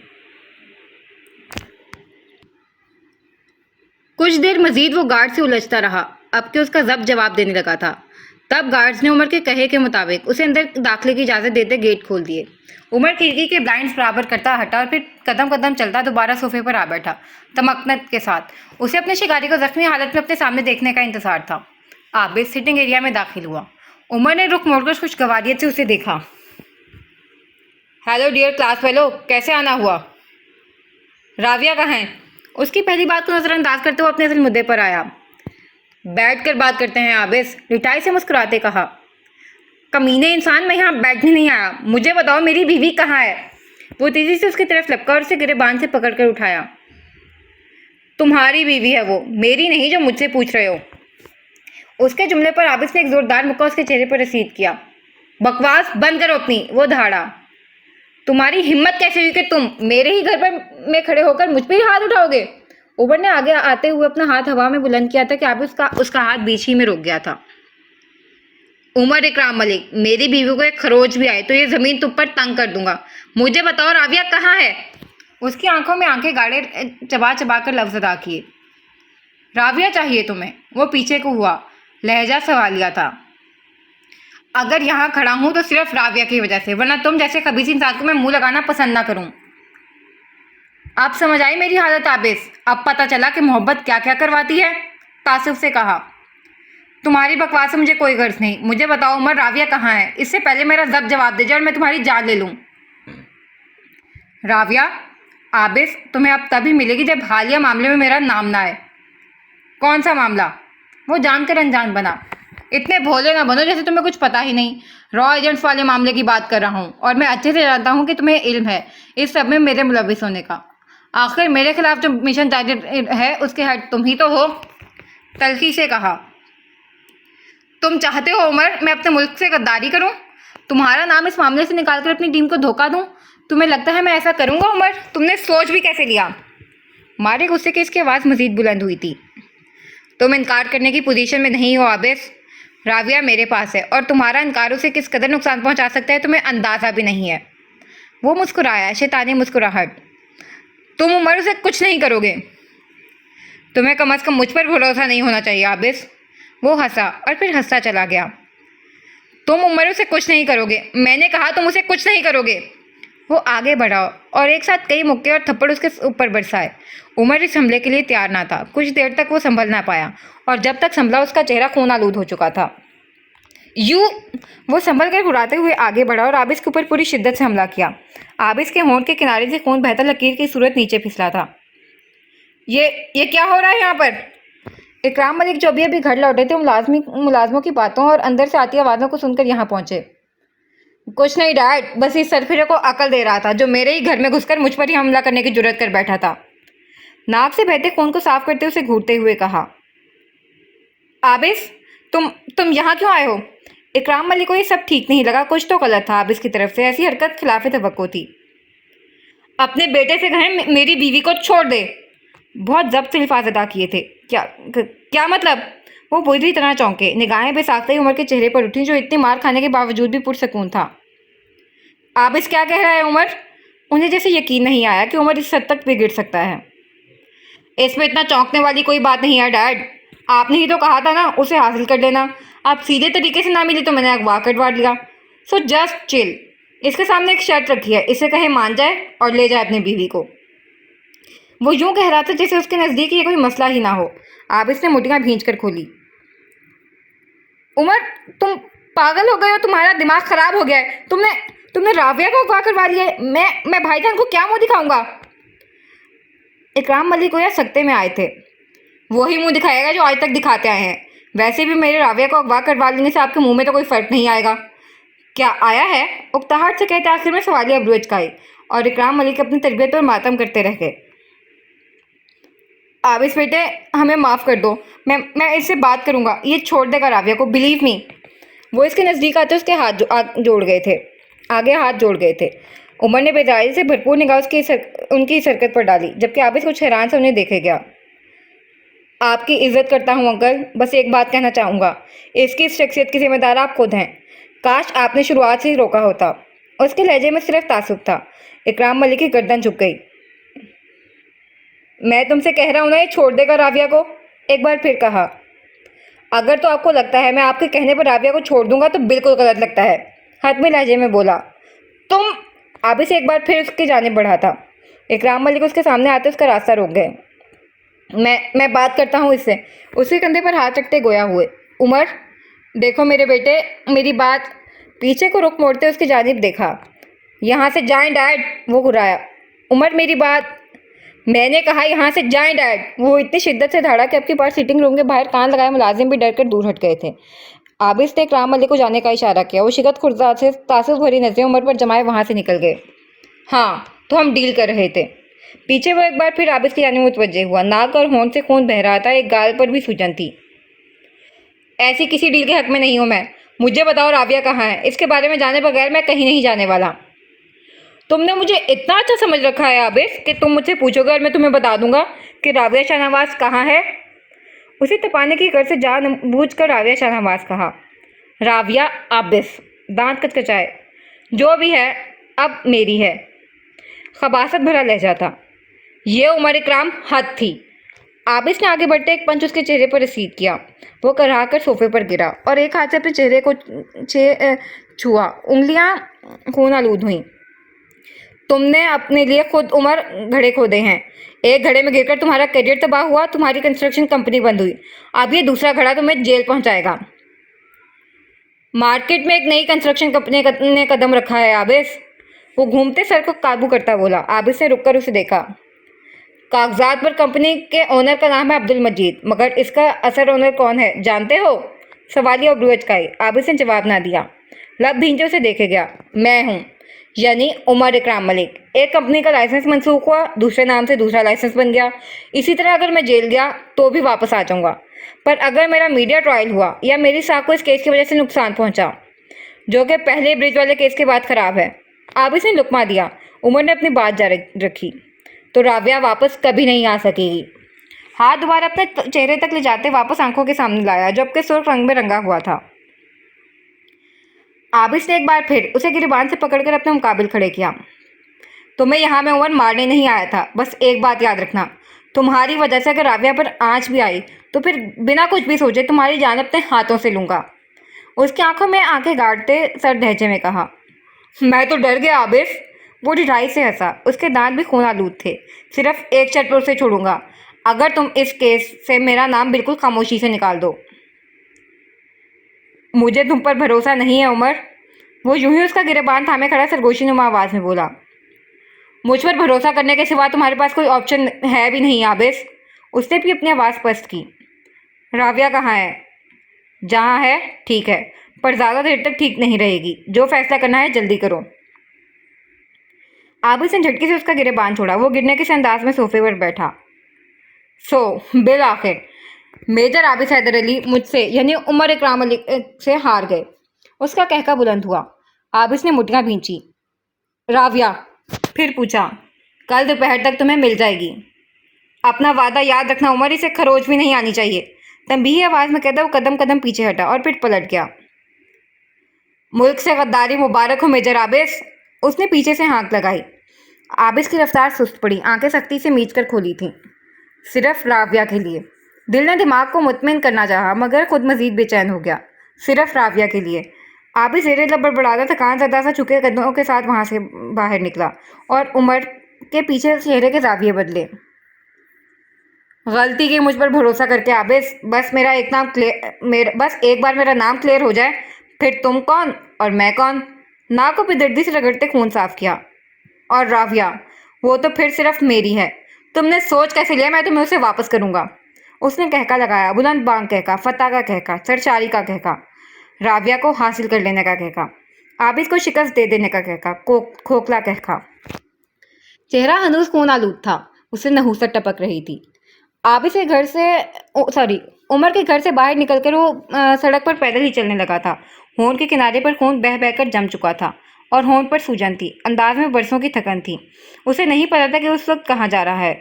कदम कहीं और बढ़ा रहा था और भड़ कहीं और रहे थे। घर जाने का इसका कोई इरादा ना था, क्योंकि तस्मीना और हुर्रा के सवालात का जवाब इस वक्त वो नहीं देना चाहता था।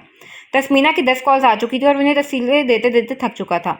घर जाने पर वो इसे पूछते कि राबिया कहाँ है, और इस सवाल का जवाब फिल वक्त उसके पास ना था।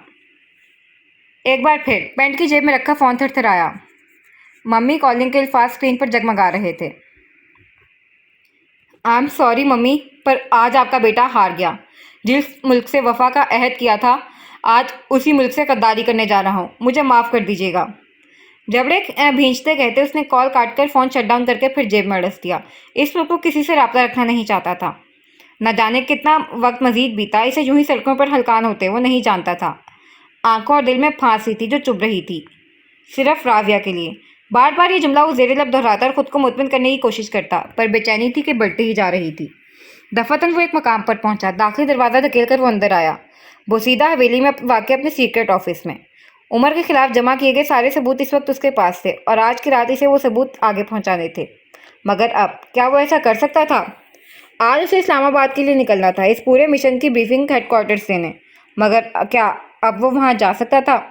कल उमर इकराम के अरेस्ट का दिन था, पर अब क्या हो सकता था? कुछ देर अंदर गुजार कर वो बाहर आया। वापसी पर उसके पास एक ब्लैक बैग था।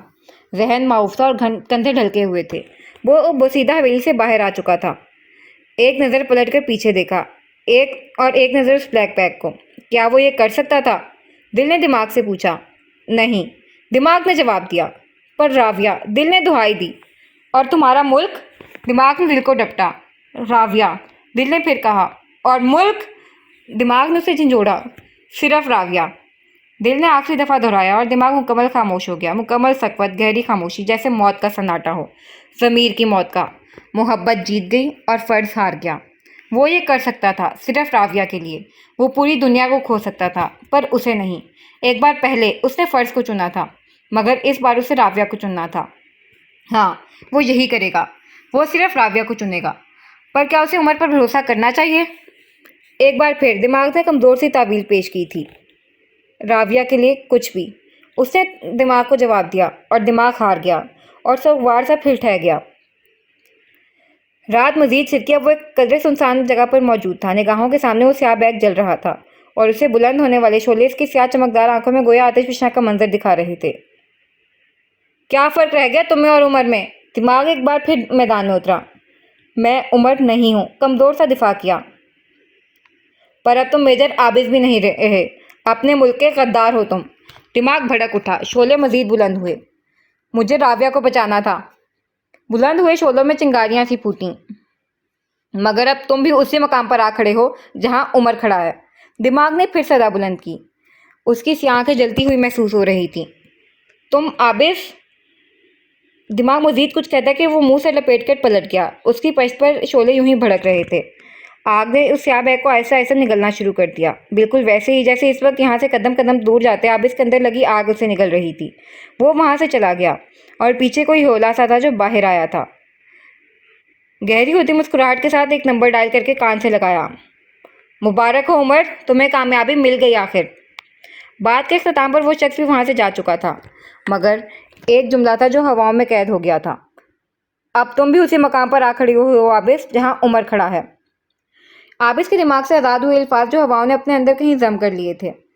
इस मुल्क को गद्दारों से पाक करते आज इस मुल्क का एक मुहाफिज भी गद्दारों की फहरिस्त में शामिल हो गया था। अब देखना यह था कि उस बिखरी कहानी के आखिरी सफ़ातें तकोन ने सूरज जुड़े किरदारों के लिए क्या सोच रखा था। नया दिन, नया शहर, शहर लाहौर, दिले पाक। वो शहर जहाँ यहाँ तो इस कहानी का अंजाम होना था या एक नई कहानी का आगाज़। इस वक्त जब लाहौर पर बहुत से राजों को देखकर चुप साधे बैठा सूरज तलू हुआ। शहर के एक छोटे से कॉटेज की दीवारों ने किसी की आहट सी महसूस की थी। कोई था जो दाखिली दरवाजे को खोलकर अंदर दाखिल हुआ था। फतह के नशे से सरशार, सालों इंतजार किए गए लम्हे को महसूस करने के लिए बेचैन। कॉटेज के लिविंग रूम में इसके भारी कदम गूंजे। घड़ी की सुइयों ने रुककर उसे देखा, फिर दोबारा चल पड़ी। कुछ था जो इस लम्हे उन घड़ी की सुइयों ने छुपा लिया था। उस शख्स ने तनकीदी नज़रों से इतराफ़ का जायजा लिया। कॉटेज का दाखिली दरवाज़ा बंद था। लिविंग रूम की खिड़कियाँ भी बंद थीं। उसके आने से कुछ वक्त कबल ही घर में मौजूद शख्सियत की हिफाजत पर मामूर शख्स यहाँ से जा चुका था। उसे यह बताकर कि उसके कहे के मुताबिक राबिया को बाकायदगी से बेहोशी के इंजेक्शन दिए जाते रहे हैं और इस वक्त भी वो बेहोशी की हालत में थी। अब के अंदर दाखिल होने वाले शख्स का रुख ठीक सामने बने पहले कमरे की जानिब था। कदम दरवाजे से काफ़ी दूर थे, जबकि इसकी जेब में मौजूद फ़ोन बज उठा। उसने कॉल रिसीव ना करने का इरादा किया, फिर बिला इरादा ही जेब में मौजूद फ़ोन की तरफ हाथ गया और अगले ही पल उसने कॉल रिसीव करके फ़ोन कान से लगाया था। कुछ था जो उसे दूसरी जानिब से कहा जा रहा था। घड़ी की सुइयां तेज़ी से आगे बढ़ती रहीं। 1, 2, 3 चंद लम्हे गुजरे। वो पेशानी को 2 उंगलियों से मसलसल लिविंग रूम की एक दीवार में नस्ब LED की जानिब लिपका और कांपते हाथों से रिमोट उठाकर LED ऑन की, जहाँ एक खबर उसकी मुंतज़िर थी। रॉ एजेंट्स केस में एक अहम इंकशाफ। मशहूर कारोबारी शख्सियत उमर इकराम मलिक पर आकाश, सुनील और अर्जुन की पशपनाही का इल्जाम। बताया जा रहा है कि उनके यहाँ आने से लेकर मुल्क में दहशतगर्दी फैलाने तक के उनके हर मंसूबे में वो बखूबी उनके साथ मुलविस रहे हैं। अदालत ने उनके नाकाबिले जमानत अरेस्ट वारंट जारी कर दिए। वो बेयकीनी के आलम में 2 कदम पीछे हटा। उसे भूल गया था कि उस वक्त यहाँ क्या करने आया था। Arrest warrant? कुछ खलक तर्क करते हुए मुश्किल कहा। तो तुमने आबिद हैदर अली अच्छा नहीं किया। वो दांत पीसते गुर्राया। तुम्हें भूल गया शायद कि इस वक्त तुम्हारी बीवी मेरे पास है। कहते साथ जैसे उसे कुछ याद आया था, वो तेजी से कमरे की जानिब बढ़ा। अब तुम्हें पता चलेगा मुझे धोखा देने का अंजाम। वो ज़ेरे लब बड़बड़ाता उसने कमरे का दरवाज़ा खोला। एक मंजर था जो उसके सामने आया। एक ऐसा मंजर जो उमर का सांस गले ही में अटका गया था। दिल को धक्का सा लगा। हाथ में मौजूद फ़ोन की वाइब्रेशन हथेली पर महसूस करते उसने सामने ही निगाहें टिकाए बिना देखे कॉल रिसीव करके कान से लगाई। समाज से किसी का गहरा ठहरा हुआ मगर ठंडा ठार लहजा टकराया था। कैसा लगा मेरा सरप्राइज? और आज जिंदगी में पहली बार उमर को सरप्राइज का असल मतलब समझ आया था। पुलिस की भारी नफरी के दरमियान एक शख्स जिसके हाथ में हथकड़ी लगी थी नम मालूम होता था, बिना किसी तासुर के रोबोटिक अंदाज में चलता, कैमरों की चमकती फ्लैश लाइट्स पर बेतासुर निगाहों से इतराफ में लगे मजमे को देखता और इनके तबसरे गायब दिमागी से सुनता। वो शल दिखाई देता था, जहन माऊफ था, हसियात सुन थी। दिमाग इस मंजिल को दोहरा दोहरा कर थक चुका था जब उसने अपने कॉटेज के रूम का दरवाज़ा खोला था। वो मंजर, वो खाली मंजर जिसे देखकर उसे अपनी शिकस्त का यकीन हो चला था। मजीद कई दिन किताबें माजी की जीनत बन गए। हवाओं ने सांस बजाया एक नए दिन की आमद का, हाल के सफ़ात के फिर से खुल जाने का। किताब के इस नए सफ़े पर कुछ राज थे जो सामने आने थे। मंदिर एक तंगनुमा गली सी जगह का था जहाँ कितार तक बने प्रिजन सेल में लगी सलाखों के पीछे एक अनदेखी तारीख दुनिया आबाद थी। दफातन एक सेल का दरवाज़ा खुला और 2 अशखास अंदर दाखिल हुए। फौजी यूनिफॉर्म में मलबूस इन दोनों ही अफराद से आपका तारुफ पिछले सफ़ात में हो चुका था। BR यानी मेजर आबिद हैदर अली और कैप्टन फरहाद।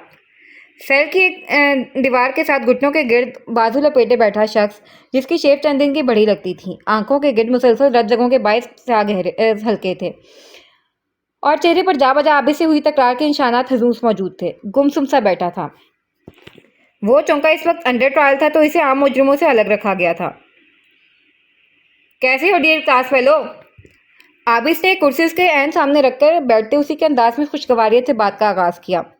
उमर ने निगाहें उठाकर तनफ्फुर से उसे देखा जिसकी कुर्सी के ऐन पीछे उसके दाएं कंधे की तरफ फराद खड़ा था। आबिद से होती हुई उसकी नज़रें फराद पर ठहरी। एक धमाका सा जहन में हुआ था। वो कई पल उसके चेहरे को खोजती नज़रों से देखता रहा। जहन कोई पैगाम बुन रहा था, कड़ी से कड़ी में लाने की कोशिश कर रहा था, मगर नाकामी का सामना करना पड़ा। क्या देख रहे हैं सर? दफतन फिरात ने लहजे को मुअद्दिब सा बनाकर कहा और उमर गोया सत्ते में आ गया। जाहिद तुम भी यकीनी से बड़बड़ाया। जी साहब। आपकी बार फरात के लहजे और आवाज़ में अब तब्दीली आई थी। उमर की आंखें हैरत की ज्यादती से फैली। खालिद लतीफ़ भी तुम थे? वो हैरत के आलम में पलकें झपकाए बिना साकित और जामिद सा उसे देखे गया। नहीं, खालिद लतीफ़ मैं था। आबिद ने बात का आगाज़ करते उसके सर पर एक और बम गिराया। मगर तुमसे जो शख्स खालिद लतीफ़ बनकर मिला वो फरात था। वो उसके मुकाबिल कुर्सी पर टांग जमाए विराजमान कह रहा था। तुमने अच्छा नहीं किया आबिद। वो लहजे में बेबसी से मोए बोला। यह तुम्हारी अपनी कमाई है उमर, काश कि तुम्हें दौलत की इतनी हवस ना होती। आबिद के लहजे में कुछ ऐसा था कि उमर ने रुककर बगौर उसे देखा। कैसे किया ये सब? ये सवाल पूछते एक मंजर था जो उमर की आंखों के पर्दे पर फैला था। वो मंजर जब उसने अपने कॉटेज के कमरे का दरवाज़ा खोला था। एक मंजर सा था जो खुलकर सामने आया था और वो मंजर खाली था। कुछ ना था उस मंजर में, ना राविया ना कुछ और ये वो लम्हा था जब उमर को लगा था कि अब शिकस्त उसका मुकद्दर है। वो मंजर उसकी आंखों से निकलकर सेल की तारीख फिजा में तहलील हो गया जब आबिद ने कदरे ठहरकर बात का आगाज़ किया। तुम्हें लगता है उमर हमने राविया को रिकवर कर लिया था? वो सवालिया अब्रू चकाए उसे देखने लगा। जाहिर है, यकीन से कहा।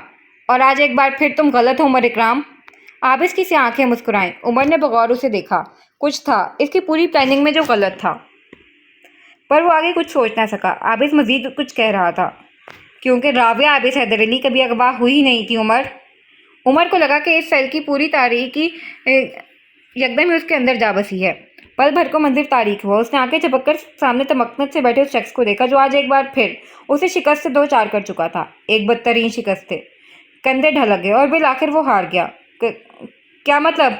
वह मुश्किल अल्फाज अदा किए। तुम्हें क्या लगता है उमर, मैं बेवकूफ़ हूँ?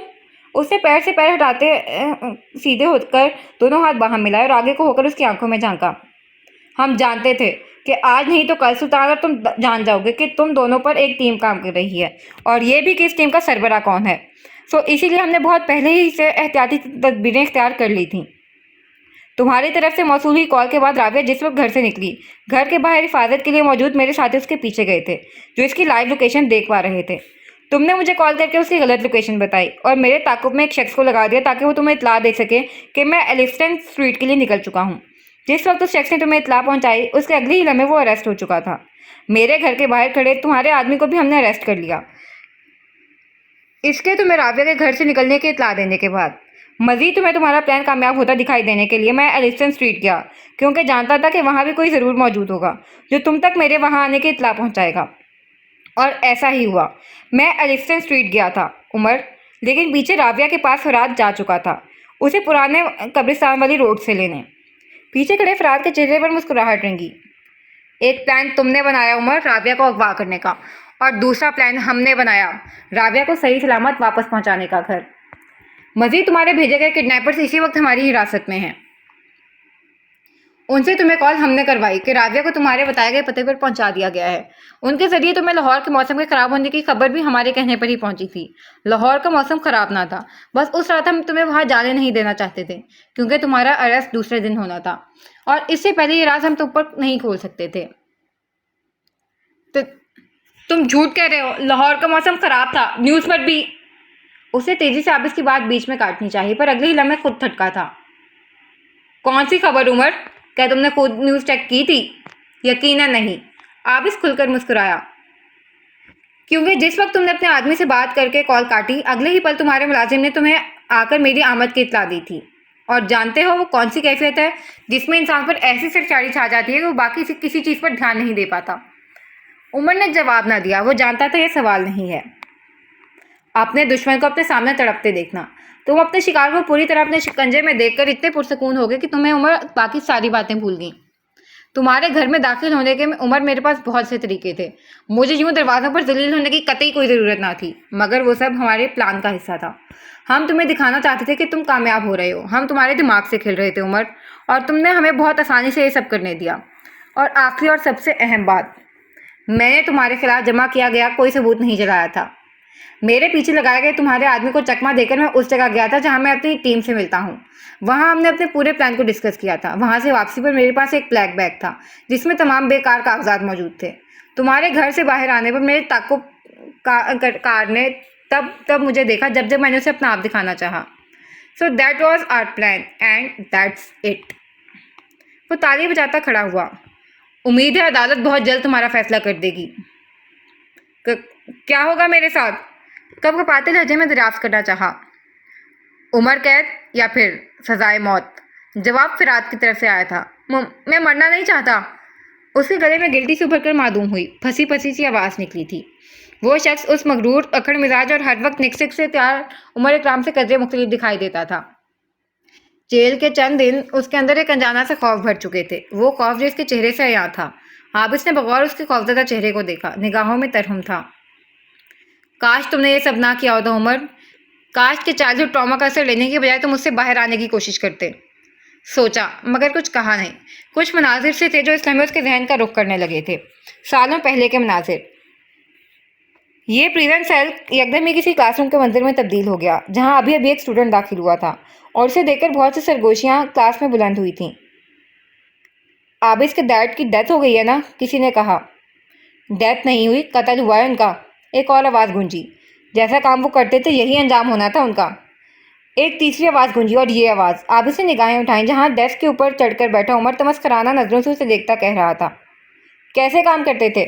पहला सवाल आया, और अब आबिस देख पा रहा था कि उमर ज़ोरों शोर से इसके मरे बाप की किरदार कशी कर रहा था, मगर वो खामोश रहा। खामोशी उसका सबसे बड़ा हथियार थी। मंजर कुछ तब्दील हुआ। रिजल्ट डे पर आबिस पहली पोजीशन की ट्रॉफी लिए स्टेज से नीचे उतर रहा था। वो नीचे आया और तेज कदमों से आगे बढ़ने लगा, जब यकदम ही कोई शय की राह में आई और वो मुंह के बल गिरा। पीछे कहकों की गूंज सी थी जो सुनाई दी थी। टीचर की डांट पर तमाम खामोश हुए, मगर आबिस ने उनके चेहरों को बखूबी देखा था। जिसमें सबसे ऊंचा कहका उमर इकराम का था। वो बिना कुछ कहे आगे बढ़ गया। उसे खामोश रहना था। खामोशी उसका सबसे बड़ा हथियार थी। एक और मंजर उभर कर सामने आया। प्राइज डिस्ट्रीब्यूशन सेरेमनी के इख्तिताम पर ऑडिटोरियम के बाहर एक मर्द था जो एक बच्चे पर बुरी तरह चिल्ला रहा था, उस आबिद से कुछ सीखो। यह बात नज़दीक से गुजरते आबिद के कानों ने बखूबी समात की थी। वो रुक गया और ठहर कर पलटा। अस्सलामुअलैकुम अंकल, मुअद्दिब से लहजे में बात का आगाज़ किया। वालेकुम अस्सलाम एंड कॉन्ग्रेट्स टू यू। इकराम मलिक एकदम ही सीधे होकर कुछ गवारियत से बोले। साथ खड़े उमर ने बेचैनी से पहलू बदला। Thanks uncle. वैसे बेटा आप इतने ब्राइट स्टूडेंट हैं, उमर की भी थोड़ी हेल्प कर दिया करें क्योंकि ये बहुत वीक है स्टडी में। लहजे में वाज़े बरहमी थी। जी बिल्कुल मैं करूँगा, मगर फ़िलहाल तो मैं खुद उमर से हेल्प लेने आया हूँ।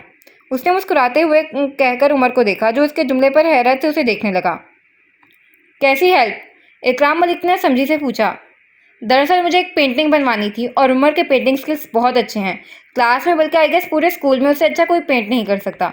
सो बस इसी सिलसिले में हेल्प लेनी थी। वो मुस्कुरा रहा था जैसे उमर से उसकी बहुत गहरी दोस्ती हो और उमर उसे किसी बात के लिए इनकार नहीं कर सकता हो। जी बिल्कुल, उमर आपकी हेल्प करेगा? इकराम मलिक ने उससे पूछा बिना ही कहा था। थैंक्स अलॉट और अंकल, और हाँ आपको भी कॉन्ग्रेट्स। आपकी बार हैरान होने की बारी इकराम मलिक की थी। वो कोई सवाल पूछते से पहले ही आबिद बोल उठा। इस बार सालाना पेंटिंग कंपटीशन में उमर की फर्स्ट पोजीशन आई है। आपको फ़ख्र होगा यकीनन उसके टैलेंट पर। वो कहकर मजीद चंद जुमलों का तबादला करता वहां से निकल गया था और पीछे इकराम मलिक उमर से मजीद कुछ भी कहे बिना एक खामोश नज़र उस पर डालकर आगे बढ़ गए थे। उनके जाते ही उमर ने शुक्र का कलमा अदा किया। खामोशी आबिद का सबसे बड़ा हथियार थी, मगर उसके पास बोलने का फ़न भी था जिसका इस्तेमाल वो दुरुस्त मौक़ों पर ही करता था। और उमर इकराम मलिक उस दिन पहली बार उसके बोलने के फ़न से आशना हुआ था। मंजर में तब्दीली आई। उमर पूरे स्कूल में उसे ढूंढता कैफेटेरिया तक पहुंचा जहां सबसे आखिरी टेबल पर वो उसे बैठता दिखाई दिया था। मेरा मजाक उड़ाने आए थे? क्यों कहा मेरे डैड से वो सब? वो इसके सर पर पहुंचकर कुर्राया। आबिद ने हैरत से उसे देखा और फिर एक गहरी सांस खारिज की। उमर से वो इसी बेवकूफ़ी की उम्मीद कर सकता था। मैंने कभी तुम्हारा बुरा नहीं चाहा उमर, ना पहले ना अब। अपनी आंखें खोलो और देखो कि सही कौन है और गलत कौन। तुम हमेशा मुझसे बदजन रहते हो जिसकी वजह मैं नहीं जानता। बस इतना जानता हूँ कि मैं तुम्हारा दुश्मन नहीं हूँ मगर दोस्त बनना चाहता हूँ। उसने खड़े होकर उसके मुकाबले आते अपना दाएं हाथ आगे बढ़ाया। तुम मुझे मुखलिस पाओगे। पलकें झपकाकर गोया से इत्मीनान में लेना चाहा। उमर काफ़ी देर तक खामोशी से उसे देखता रहा फिर बिना भी कुछ भी कहे आगे बढ़ गया। आबिद ने गहरी ठंडी सांस खारिज की थी। ये आखिरी कोशिश थी जो आबिद की तरफ से की गई थी। इसके बाद उसने उसे अपने हाल पर छोड़ दिया। दूर अंदर कहीं ये ख्याल था कि वक्त गुजरने के साथ वो बदल जाएगा, मगर रफ्ता रफ्ता इसकी नफरत कम होने की बजाय मजीद बढ़ती गई।